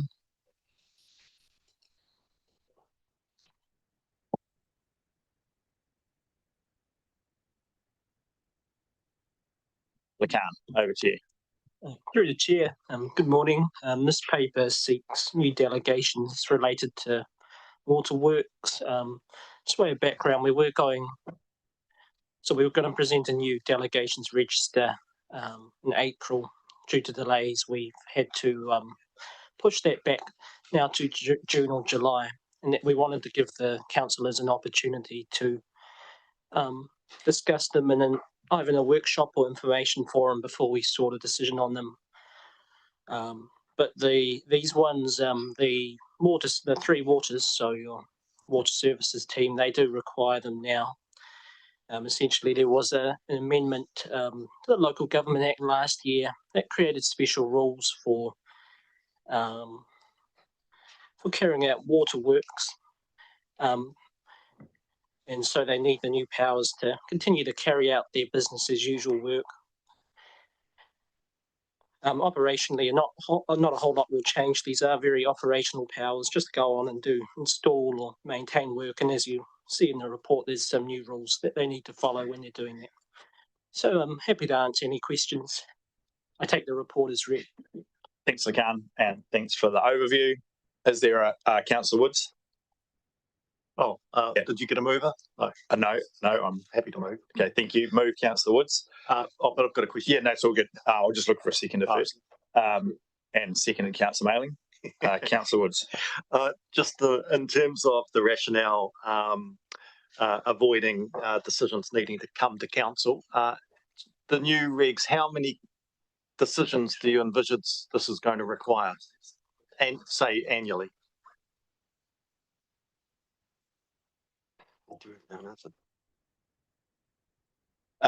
Through the chair, I don't have an answer on how many times officers may seek to enter land, for example, to try and do some works in relation to water. But I would suggest that it's not a decision that's practical to wait for a council decision. So can we retrospectively, given the question is not, so if you look back over the last 3 years, we could, I know no one's going to know that off the top of their head today, but the information must, if we've exercised the power to access land 5 times in the last period of time, now I presume that's information is not that difficult to find. Or at least an estimate / Through the chair, I mean, we could speak to our water services team and try and come up with an estimate. Yes. But it certainly wouldn't be an accurate number. It's going to vary all the time. Right? Yeah, I guess it's the same with that procurement decision. If we have oversight, we don't necessarily willingly give it away. If it's a burden, absolutely delegate and move on. But if it's once in a blue moon, I'm sort of a bit concerned about issuing a blanket delegation. This is real operational. This is like you know, fix a water. It's like it's literally it's come here for the questions come here, and as a new councillor, I'm not quite sure what we are delegating really.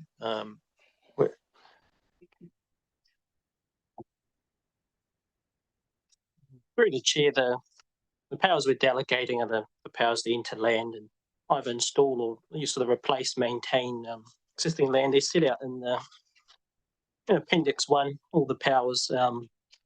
I'd say, it's very routine sort of thing, and like Leaf said, I wouldn't have an answer on how often they do it, but it is sort of your every day-to-day sort of work, and before this legislation came into place, the only reason why we're seeking these delegations was previously it could all be done under the Local Government Act. Now it's being now the power comes under this new Local Government Water Services Act, but it's pretty business as usual, just going on fixing pipes and moving pipes and that type of thing. Just a number of people noted. Firstly, the seconder, and thirdly, Councillor Greening, and then Councillor Morgan. Yeah, this to me is routine. I can recall at the Waimea Village on a number of occasions when people had leaks, you wanted them to come on and fix them as quick as possible. So to me, it's a routine thing. It's just that the act's changed. So that's why I was happy to second it. Thank you.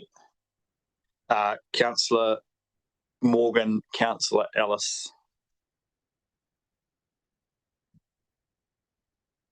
My question's around 5.3 in the report.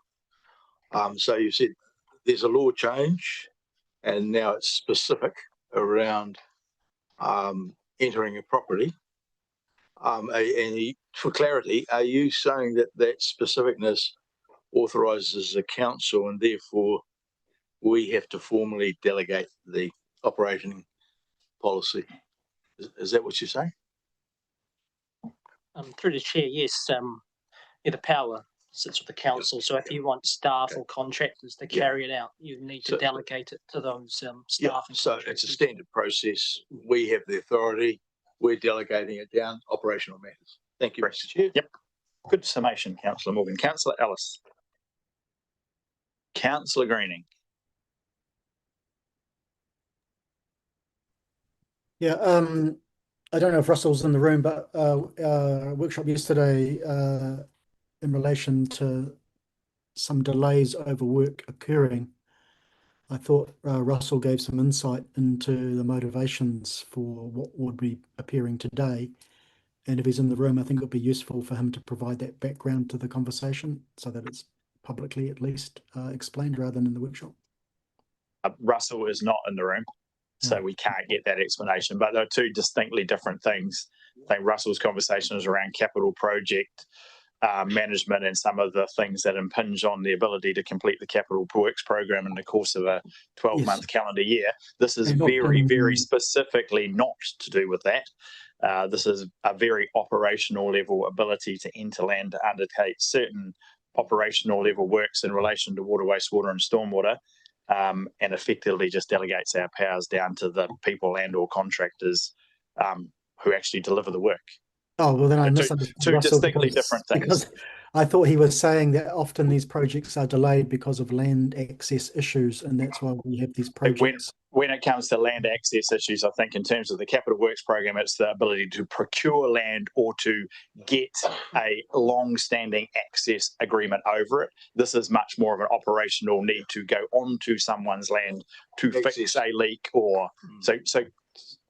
Okay, different but related. With that, unless there's any further, sorry, Councillor McNamara, my bad. Thank you, Mr. Chair. Sorry, I'm really struggling with the lack of table of contents that we can read. I had a question over the last item, which I will just raise now because just leave it with you, but there's no role for iwi reps when it's listing roles, and there's no code of conduct mention for iwi reps. Leave that with you. I'm questioning on this one the power to arrange and appoint an internal reviewer to review a landowner's consent conditions. Just wondering about the impartiality. Could we make it some way of making it less impartial? A bit wider of a review than just somebody not involved in the decision? We can. Through the chair, the way the legislation is set up is the council or the water services provider has to appoint, for the internal review, has to appoint a person who's actually employed within the organisation first. So, and who wasn't involved in that decision. So there's not a lot of room in terms of the internal review to widen the scope. But what the Water Services Act does is there's other means to challenge it, so they can, after the internal review, the landowner can go to court and that type of thing to appeal an internal review. But in terms of the internal review process under the Act, it stipulates that the water services provider has to appoint someone who's employed by the same organisation who wasn't involved in the decision. Do we have an indication of how many times this occurs? Through the chair, no, it's a new power and it hasn't been exercised yet, but it may need to be exercised. It's just my preference would be that we don't end up in court. I realise that's their option, but if we could, I don't know whether adding like the chair of whatever. But we can't, because Section 164, so literally Section 164 of the Act very clear, like sets out in very detail. So we just don't have the option. Again, clearly we don't want to end up in court. I hope the water services entity doesn't want us to end up in court either. But you always need to give that person who's being whose land is being impacted the opportunity, should they disagree, to go to court, as much as we hope that doesn't happen. Okay, my second question kind of relates to the topic that I was on last time, in terms of powers to provide warrants to compliance officers. If a member of the public would like to validate if such a warrant to enter private property is valid, that is, if they want to know that the issuer has actually got the delegation to do so, can the member of the public request to be provided with a copy of the delegation register? in force at the time that the warrant was executed. Is that a Leith question or a Lacan question? Well, over to you two. Through the chair, I'm assuming it's a Leith question. Can you say it again? I'm not sure I quite understood the question. Does a person have the rights to request a copy of the delegation register to check whether the person who validated a search warrant had that power at the time they were issued? Through the chair, this is again sounds like a very specific Lagoima question. The answer is, if a person wants that information, they may request that from council under Lagoima, and it will be considered in line with the Act. But I will also point out that when an officer is using their warranted power, they are required to produce and show a copy of their warrant card at the time that they are entering the land. Okay, thank you. For any further questions? Just in terms of the power to appoint compliance officers, issue identity cards, and the power to suspend or appoint a compliance officer, or power to provide warrants to compliance officers, is all solely the chief executive's signature. I mean, could we have two signatures then?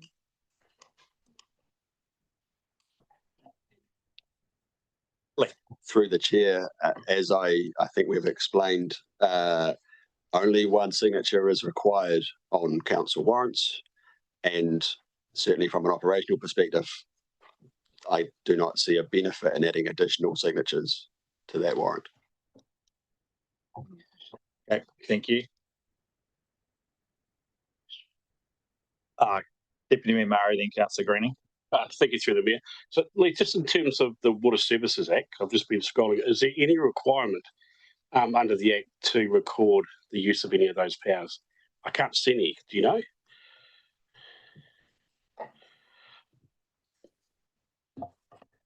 Through the chair, I don't know, but I don't believe there's a requirement to record the use of those powers. Perhaps we should confirm and check that there is no requirement, and that would answer the question in terms of why we're not recording it. But that would be a helpful answer. Yes.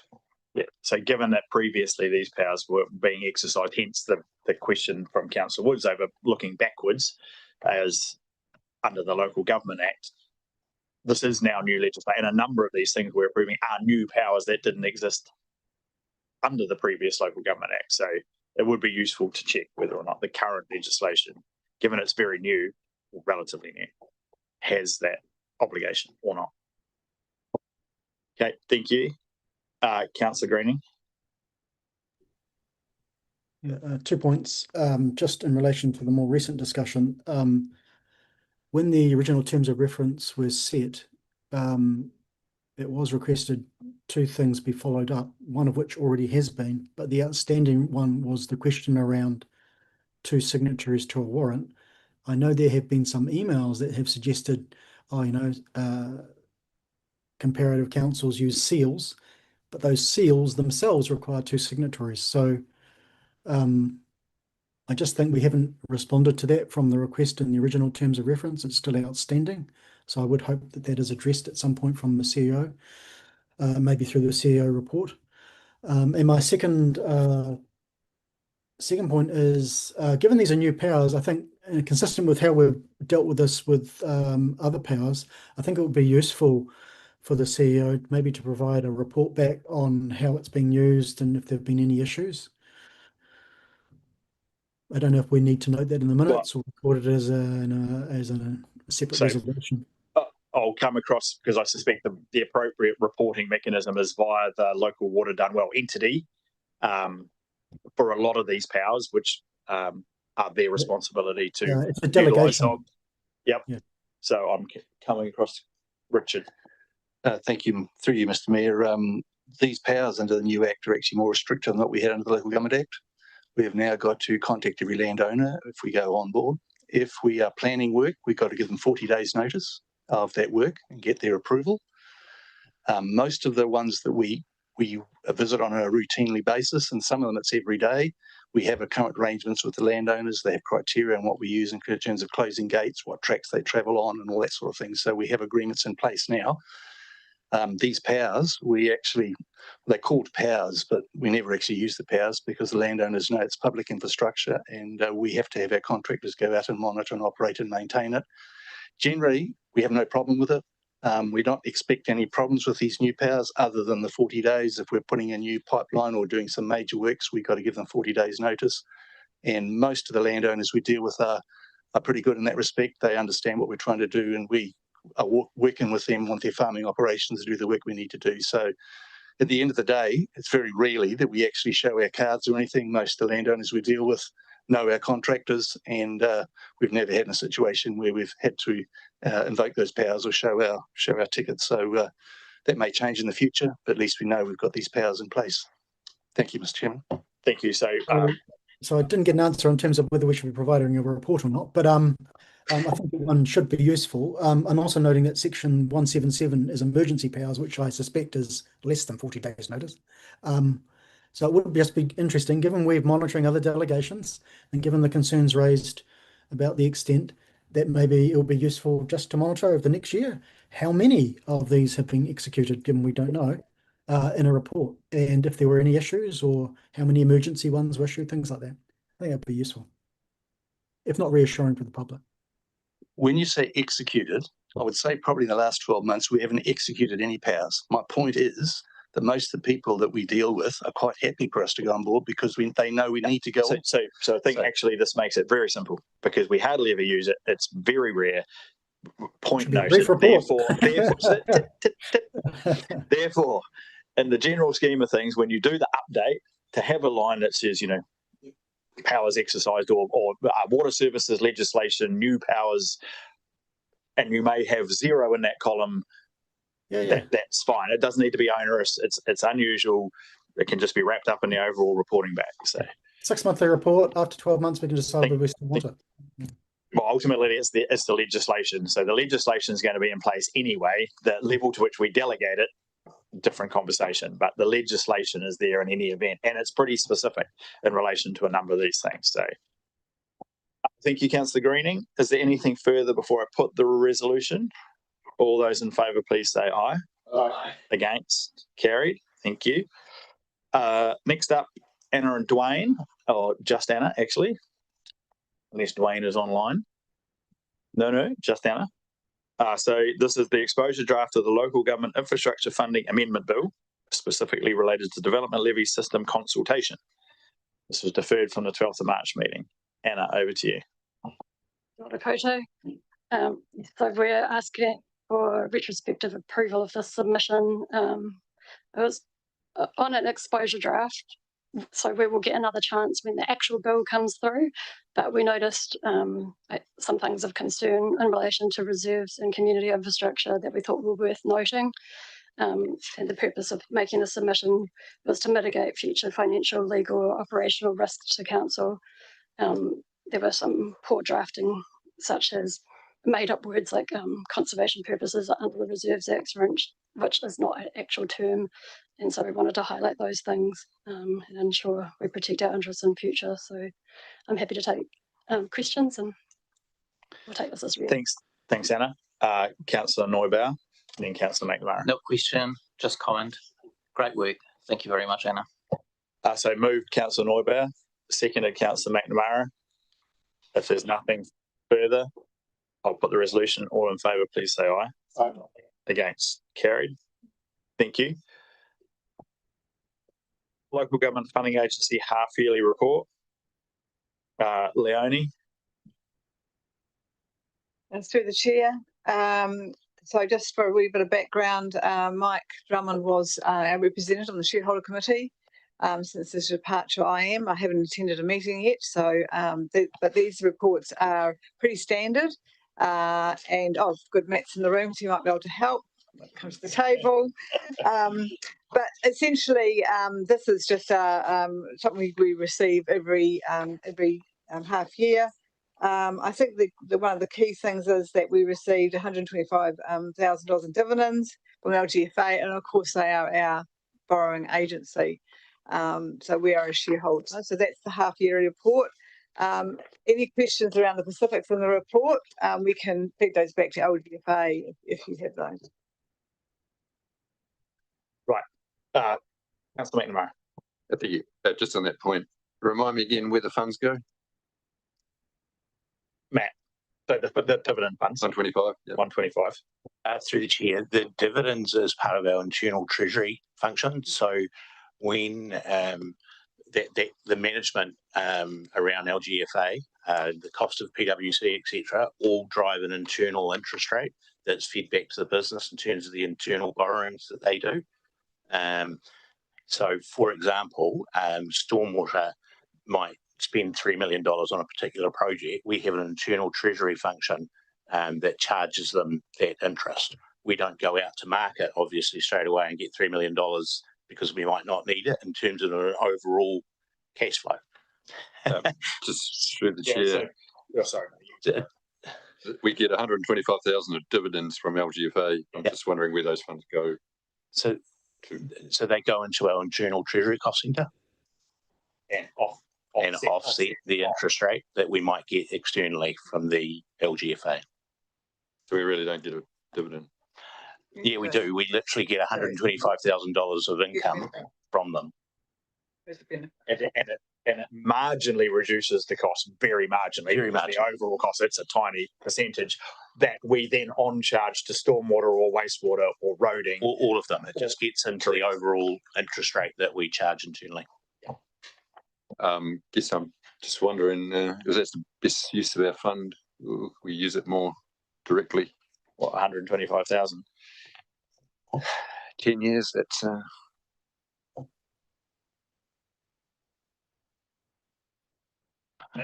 The question was, how is it currently used? That is how it's currently used. Should the council wish to utilise it some other way, that's... To rephrase the last question, at which point do we get a choice where we spend it? Through the chair, that can come back as part of the LTP discussions. It's certainly not something I'd considered, but it would easily enough be put into a workshop coming up where it can be discussed and provisionally agreed as to how to use it. A negligible difference to the internal interest rate charging, but it could, as you point out, make a larger difference to some other function. All right, thank you very much. Are you happy to move the receipt of the report? Move Councillor McNamara. Is there a seconder? Seconded Councillor Mailing. I'll look to put the resolution. All in favour, please say aye. Aye. Against, carried. Thank you. Draft statement of intent. This is again a pretty routine report. So all shareholding councils will have received this. The shareholders council will meet prior to it being adopted, and any feedback from here can go back to LGFA. And I obviously will take that back. So we staff are recommending that we agree to the draft statement of intent, acknowledge that the local government funding agency shareholders council will provide feedback. So that's a group of all the shareholding councils. So most of them are CFOs sitting on that, which is separate obviously to the board of directors that sit across LGFA. Okay, sorry, thank you. Anything further? So again, statement of corporate intent. Looking for a mover or seconder, or any feedback or questions? Councillor Kinnemont. Happy to move, but I've got a question. You may ask the question. LGFA is very, very strongly set up financially. It is. Phenomenally strongly set up financially. Correct me if I'm wrong. So if they're financially that strong, we borrow them. Can they reduce some of their interest rates on some of the loans they're doing? Matt. Through the chair, they already provide interest rates that are lower than we get from any other commercial bank. Hence why the vast majority pretty much all councils use LGFA. There's some restriction around Auckland City Council, just because of the materiality of how large their debt profile is. Whether they could get, I mean, they're all about doing the best for the shareholders, i.e. council. So I'm sure they do that just as part of what they do, is try to get the best rate for local government.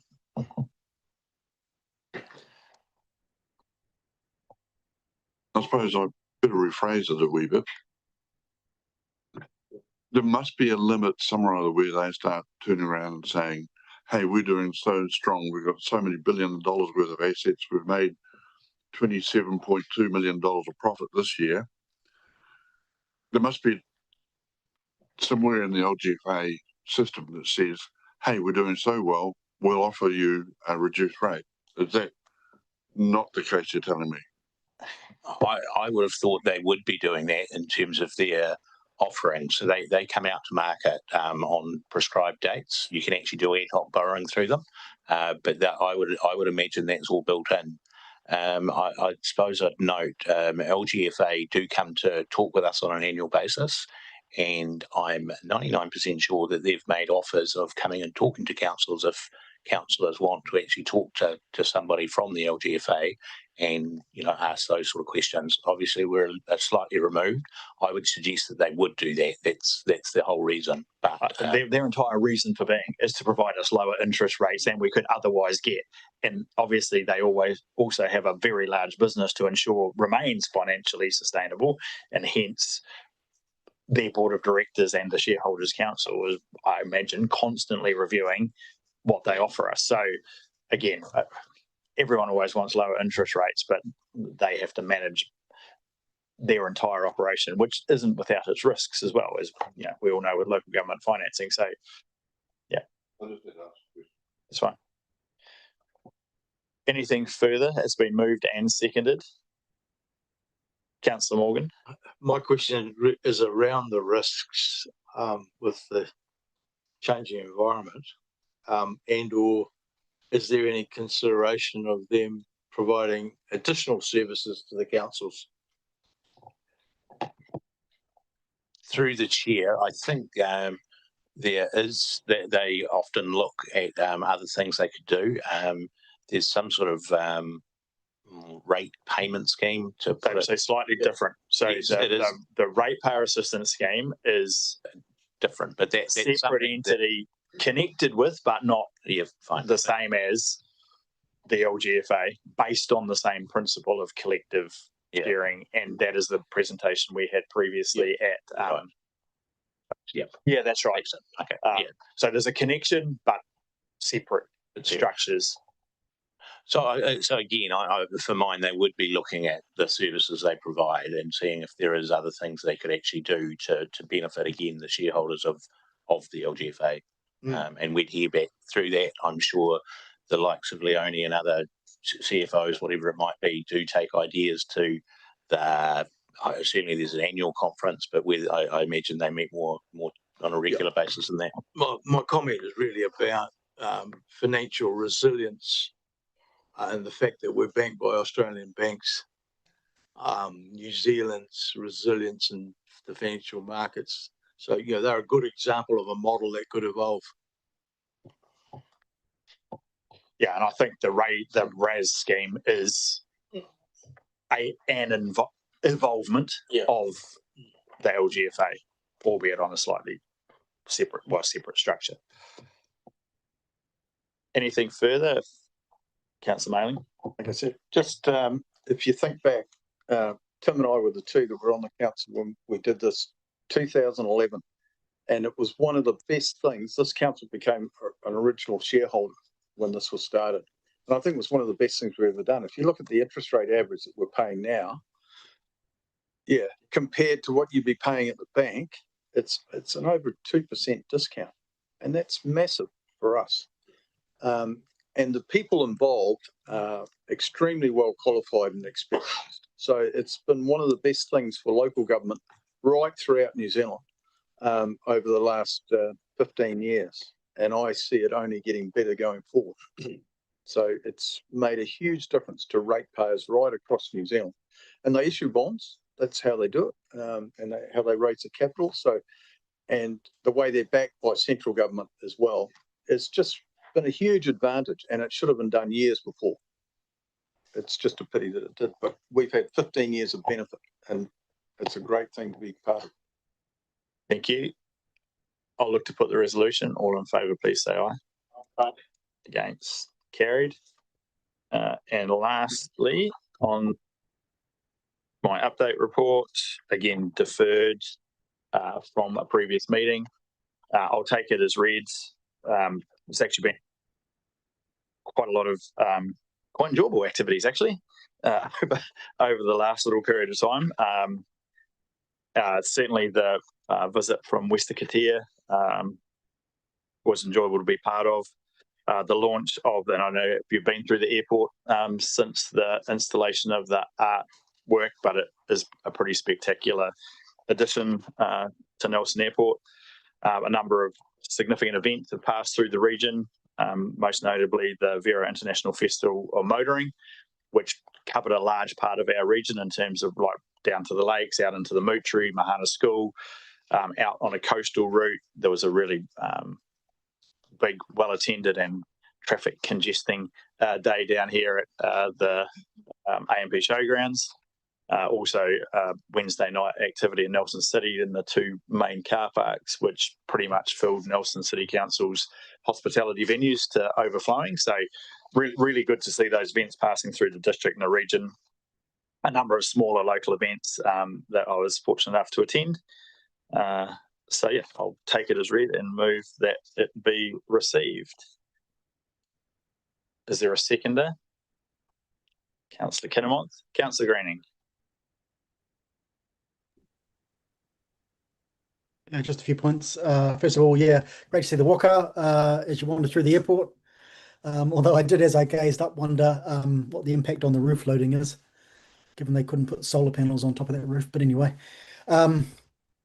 just a couple of admin questions really, and we don't have a CEO report to add them, but just some general observations. Would be good maybe in the chair's report to have a kind of a general paragraph inviting maybe councillors to raise any issues that are outside of what's been discussed, given these meetings occur every 6 weeks, and might be useful just to hear any issues that come about. I know the former mayor used to do that, and that was a useful opportunity to raise anything at that occasion. So I'll leave that invitation with the mayor whether he wants to do that or not.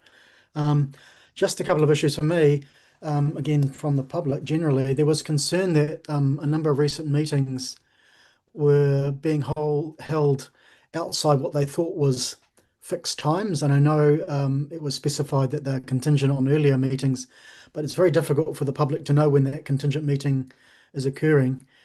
And I just wonder whether we can return back to more a fixed time approach to meetings for the benefit of the public. Absolutely, I note the point, and a number of the people that raised the concern are sitting in the back of the room today, and one of them was particularly inconvenient because we didn't change on our website and notify people that the start time or to follow on, and it wasn't available. We've I think rectified that, and the second time that the meeting had a similar format, people were made aware and able to attend the start of the next meeting. We are trying to ensure, and I know I've had this feedback from people, we fill days up and we don't come in here for part days. And if we're going to run two different meetings, it's impossible to tell when one's going to finish and one's going to start. So in order to make useful use of people's time who are coming in person to the meetings and sometimes travelling some distance, that is part. But yes, certainly managing it and enabling people who wish to come and attend both to be able to get an understanding, at least a general point, and not starting prior to where people are not informed, is something we'll continue to manage. Yeah. Well, I think we need to, because people are making a big effort to travel in to come to these meetings, and then they discover they're not there, and they've wasted a couple of hours, and they themselves are probably busy people as well. So it would be good to return back to what we had was specified times for the benefit of the public, because that's what it's really for. And just another question, and more an administrative one. and I've asked this on several occasions before, but I'll ask it again, which is, I really do think for the purposes of transparency, that we should be recording in a register where division votes are made, where people are recording their votes against. It's not hard to do. The council has all the information. They just need to collate it into a single registry. Thank you, Councillor Graney. Right. Anything further, Councillor Woods? Just more of an observation, really, but you've noted that the higher oil prices may affect our ongoing service activity and that we may rearrange or prioritise some work programs. And my question is, why does an oil shock prompt that discussion where, as elected members, we were told that prioritising or looking or reviewing the levels of service as a part of the AP discussion wasn't possible due to time constraints? So I mean, there is a very obvious reason why the oil shock will almost certainly impact on the cost of service delivery. That council staff will have to monitor.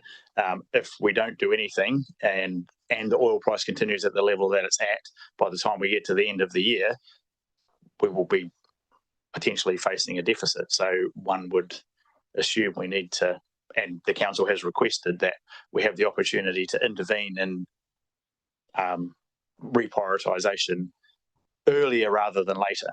So again, it's not affecting, it may result in us not meeting a level of service.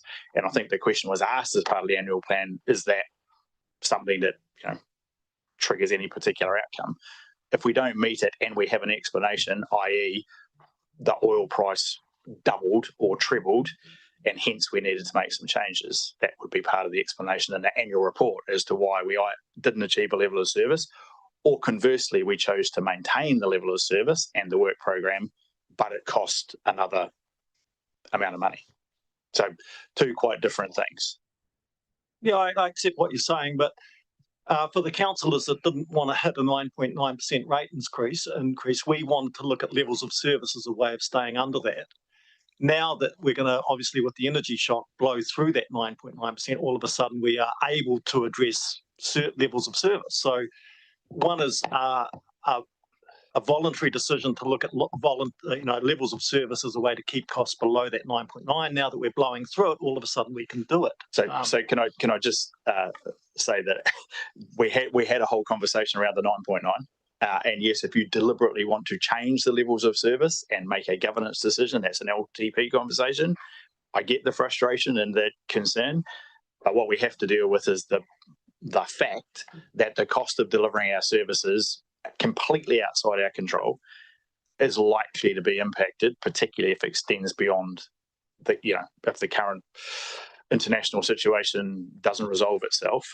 We don't have any option but to reconsider it. Like I say, we've got two options. You can maintain the level of service, but we would expect, and I think our request has been to council staff, that where we're seeing things tracking outside budget, we would like the opportunity at a governance table to make some decisions as to whether we accept that extra cost, which will then inevitably impact on next year's 9.9 and subsequent years of the LTP, or whether we want to make decisions earlier to try and keep that cost within the current budgets. I don't see the two things as being mutually exclusive. Yeah, I guess my confusion is, given the comment here, how this comment can come through without being a part of the LTP when all of the discussions we've had up to this point is that they would be part of the LTP.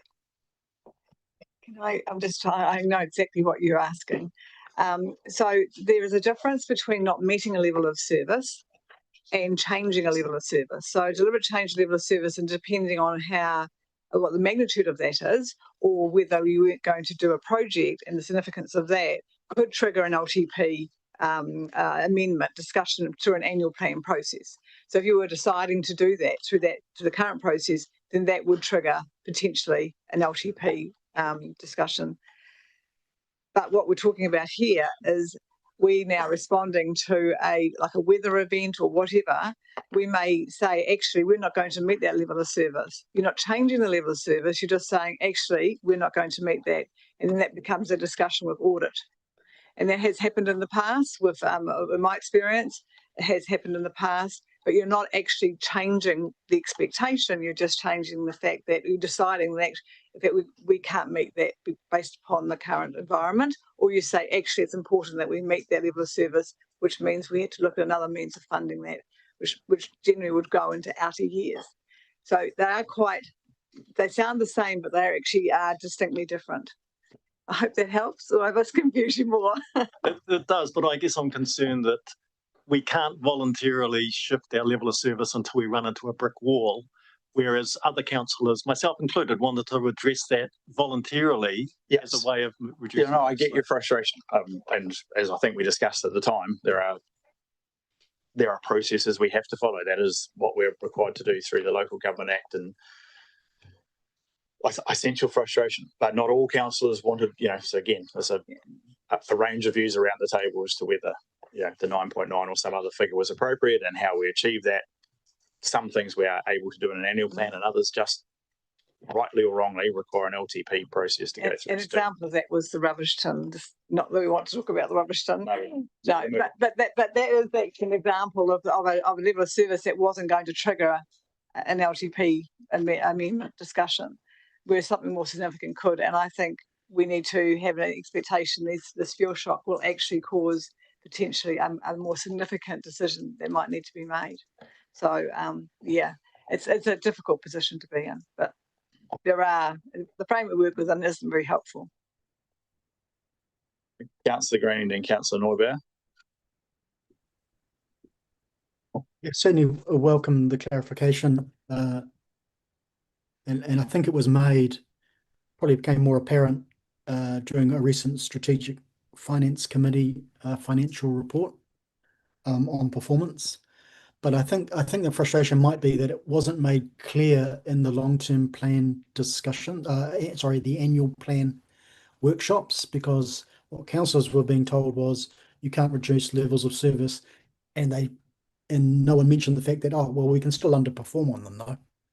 But so that conversation was absolutely had. I distinctly remember the conversation. I distinctly remember the question. It was. May I just finish, because it's my speaking time? It was made during the annual plan decision discussions, but it certainly wasn't made during the workshop discussions. The reasoning for the constraints to not address reductions in funding, which is what Dave and a few of us were seeking, it was kept on the basis that we didn't have enough time to look at that, and we can't reduce our levels of service because that would trigger an LTP. So, but no one was told, but you could underfund it and not perform to the level of service. That wasn't disclosed until later. I think a deliberate decision to underfund, to specifically not deliver, is different from responding to an oil shock. Clearly, Donald and Benjamin didn't get the memo that LTPs were an important consideration when they decided to embark on a war in the Middle East. So, look, we are creatures of statute. I get it's frustrating. I'm not disputing the fact that it seems unusual that we can under-deliver based on some external shock, and we can't deliberately choose to under-deliver. I get the frustration. I'm just outlining we have to go through processes and steps.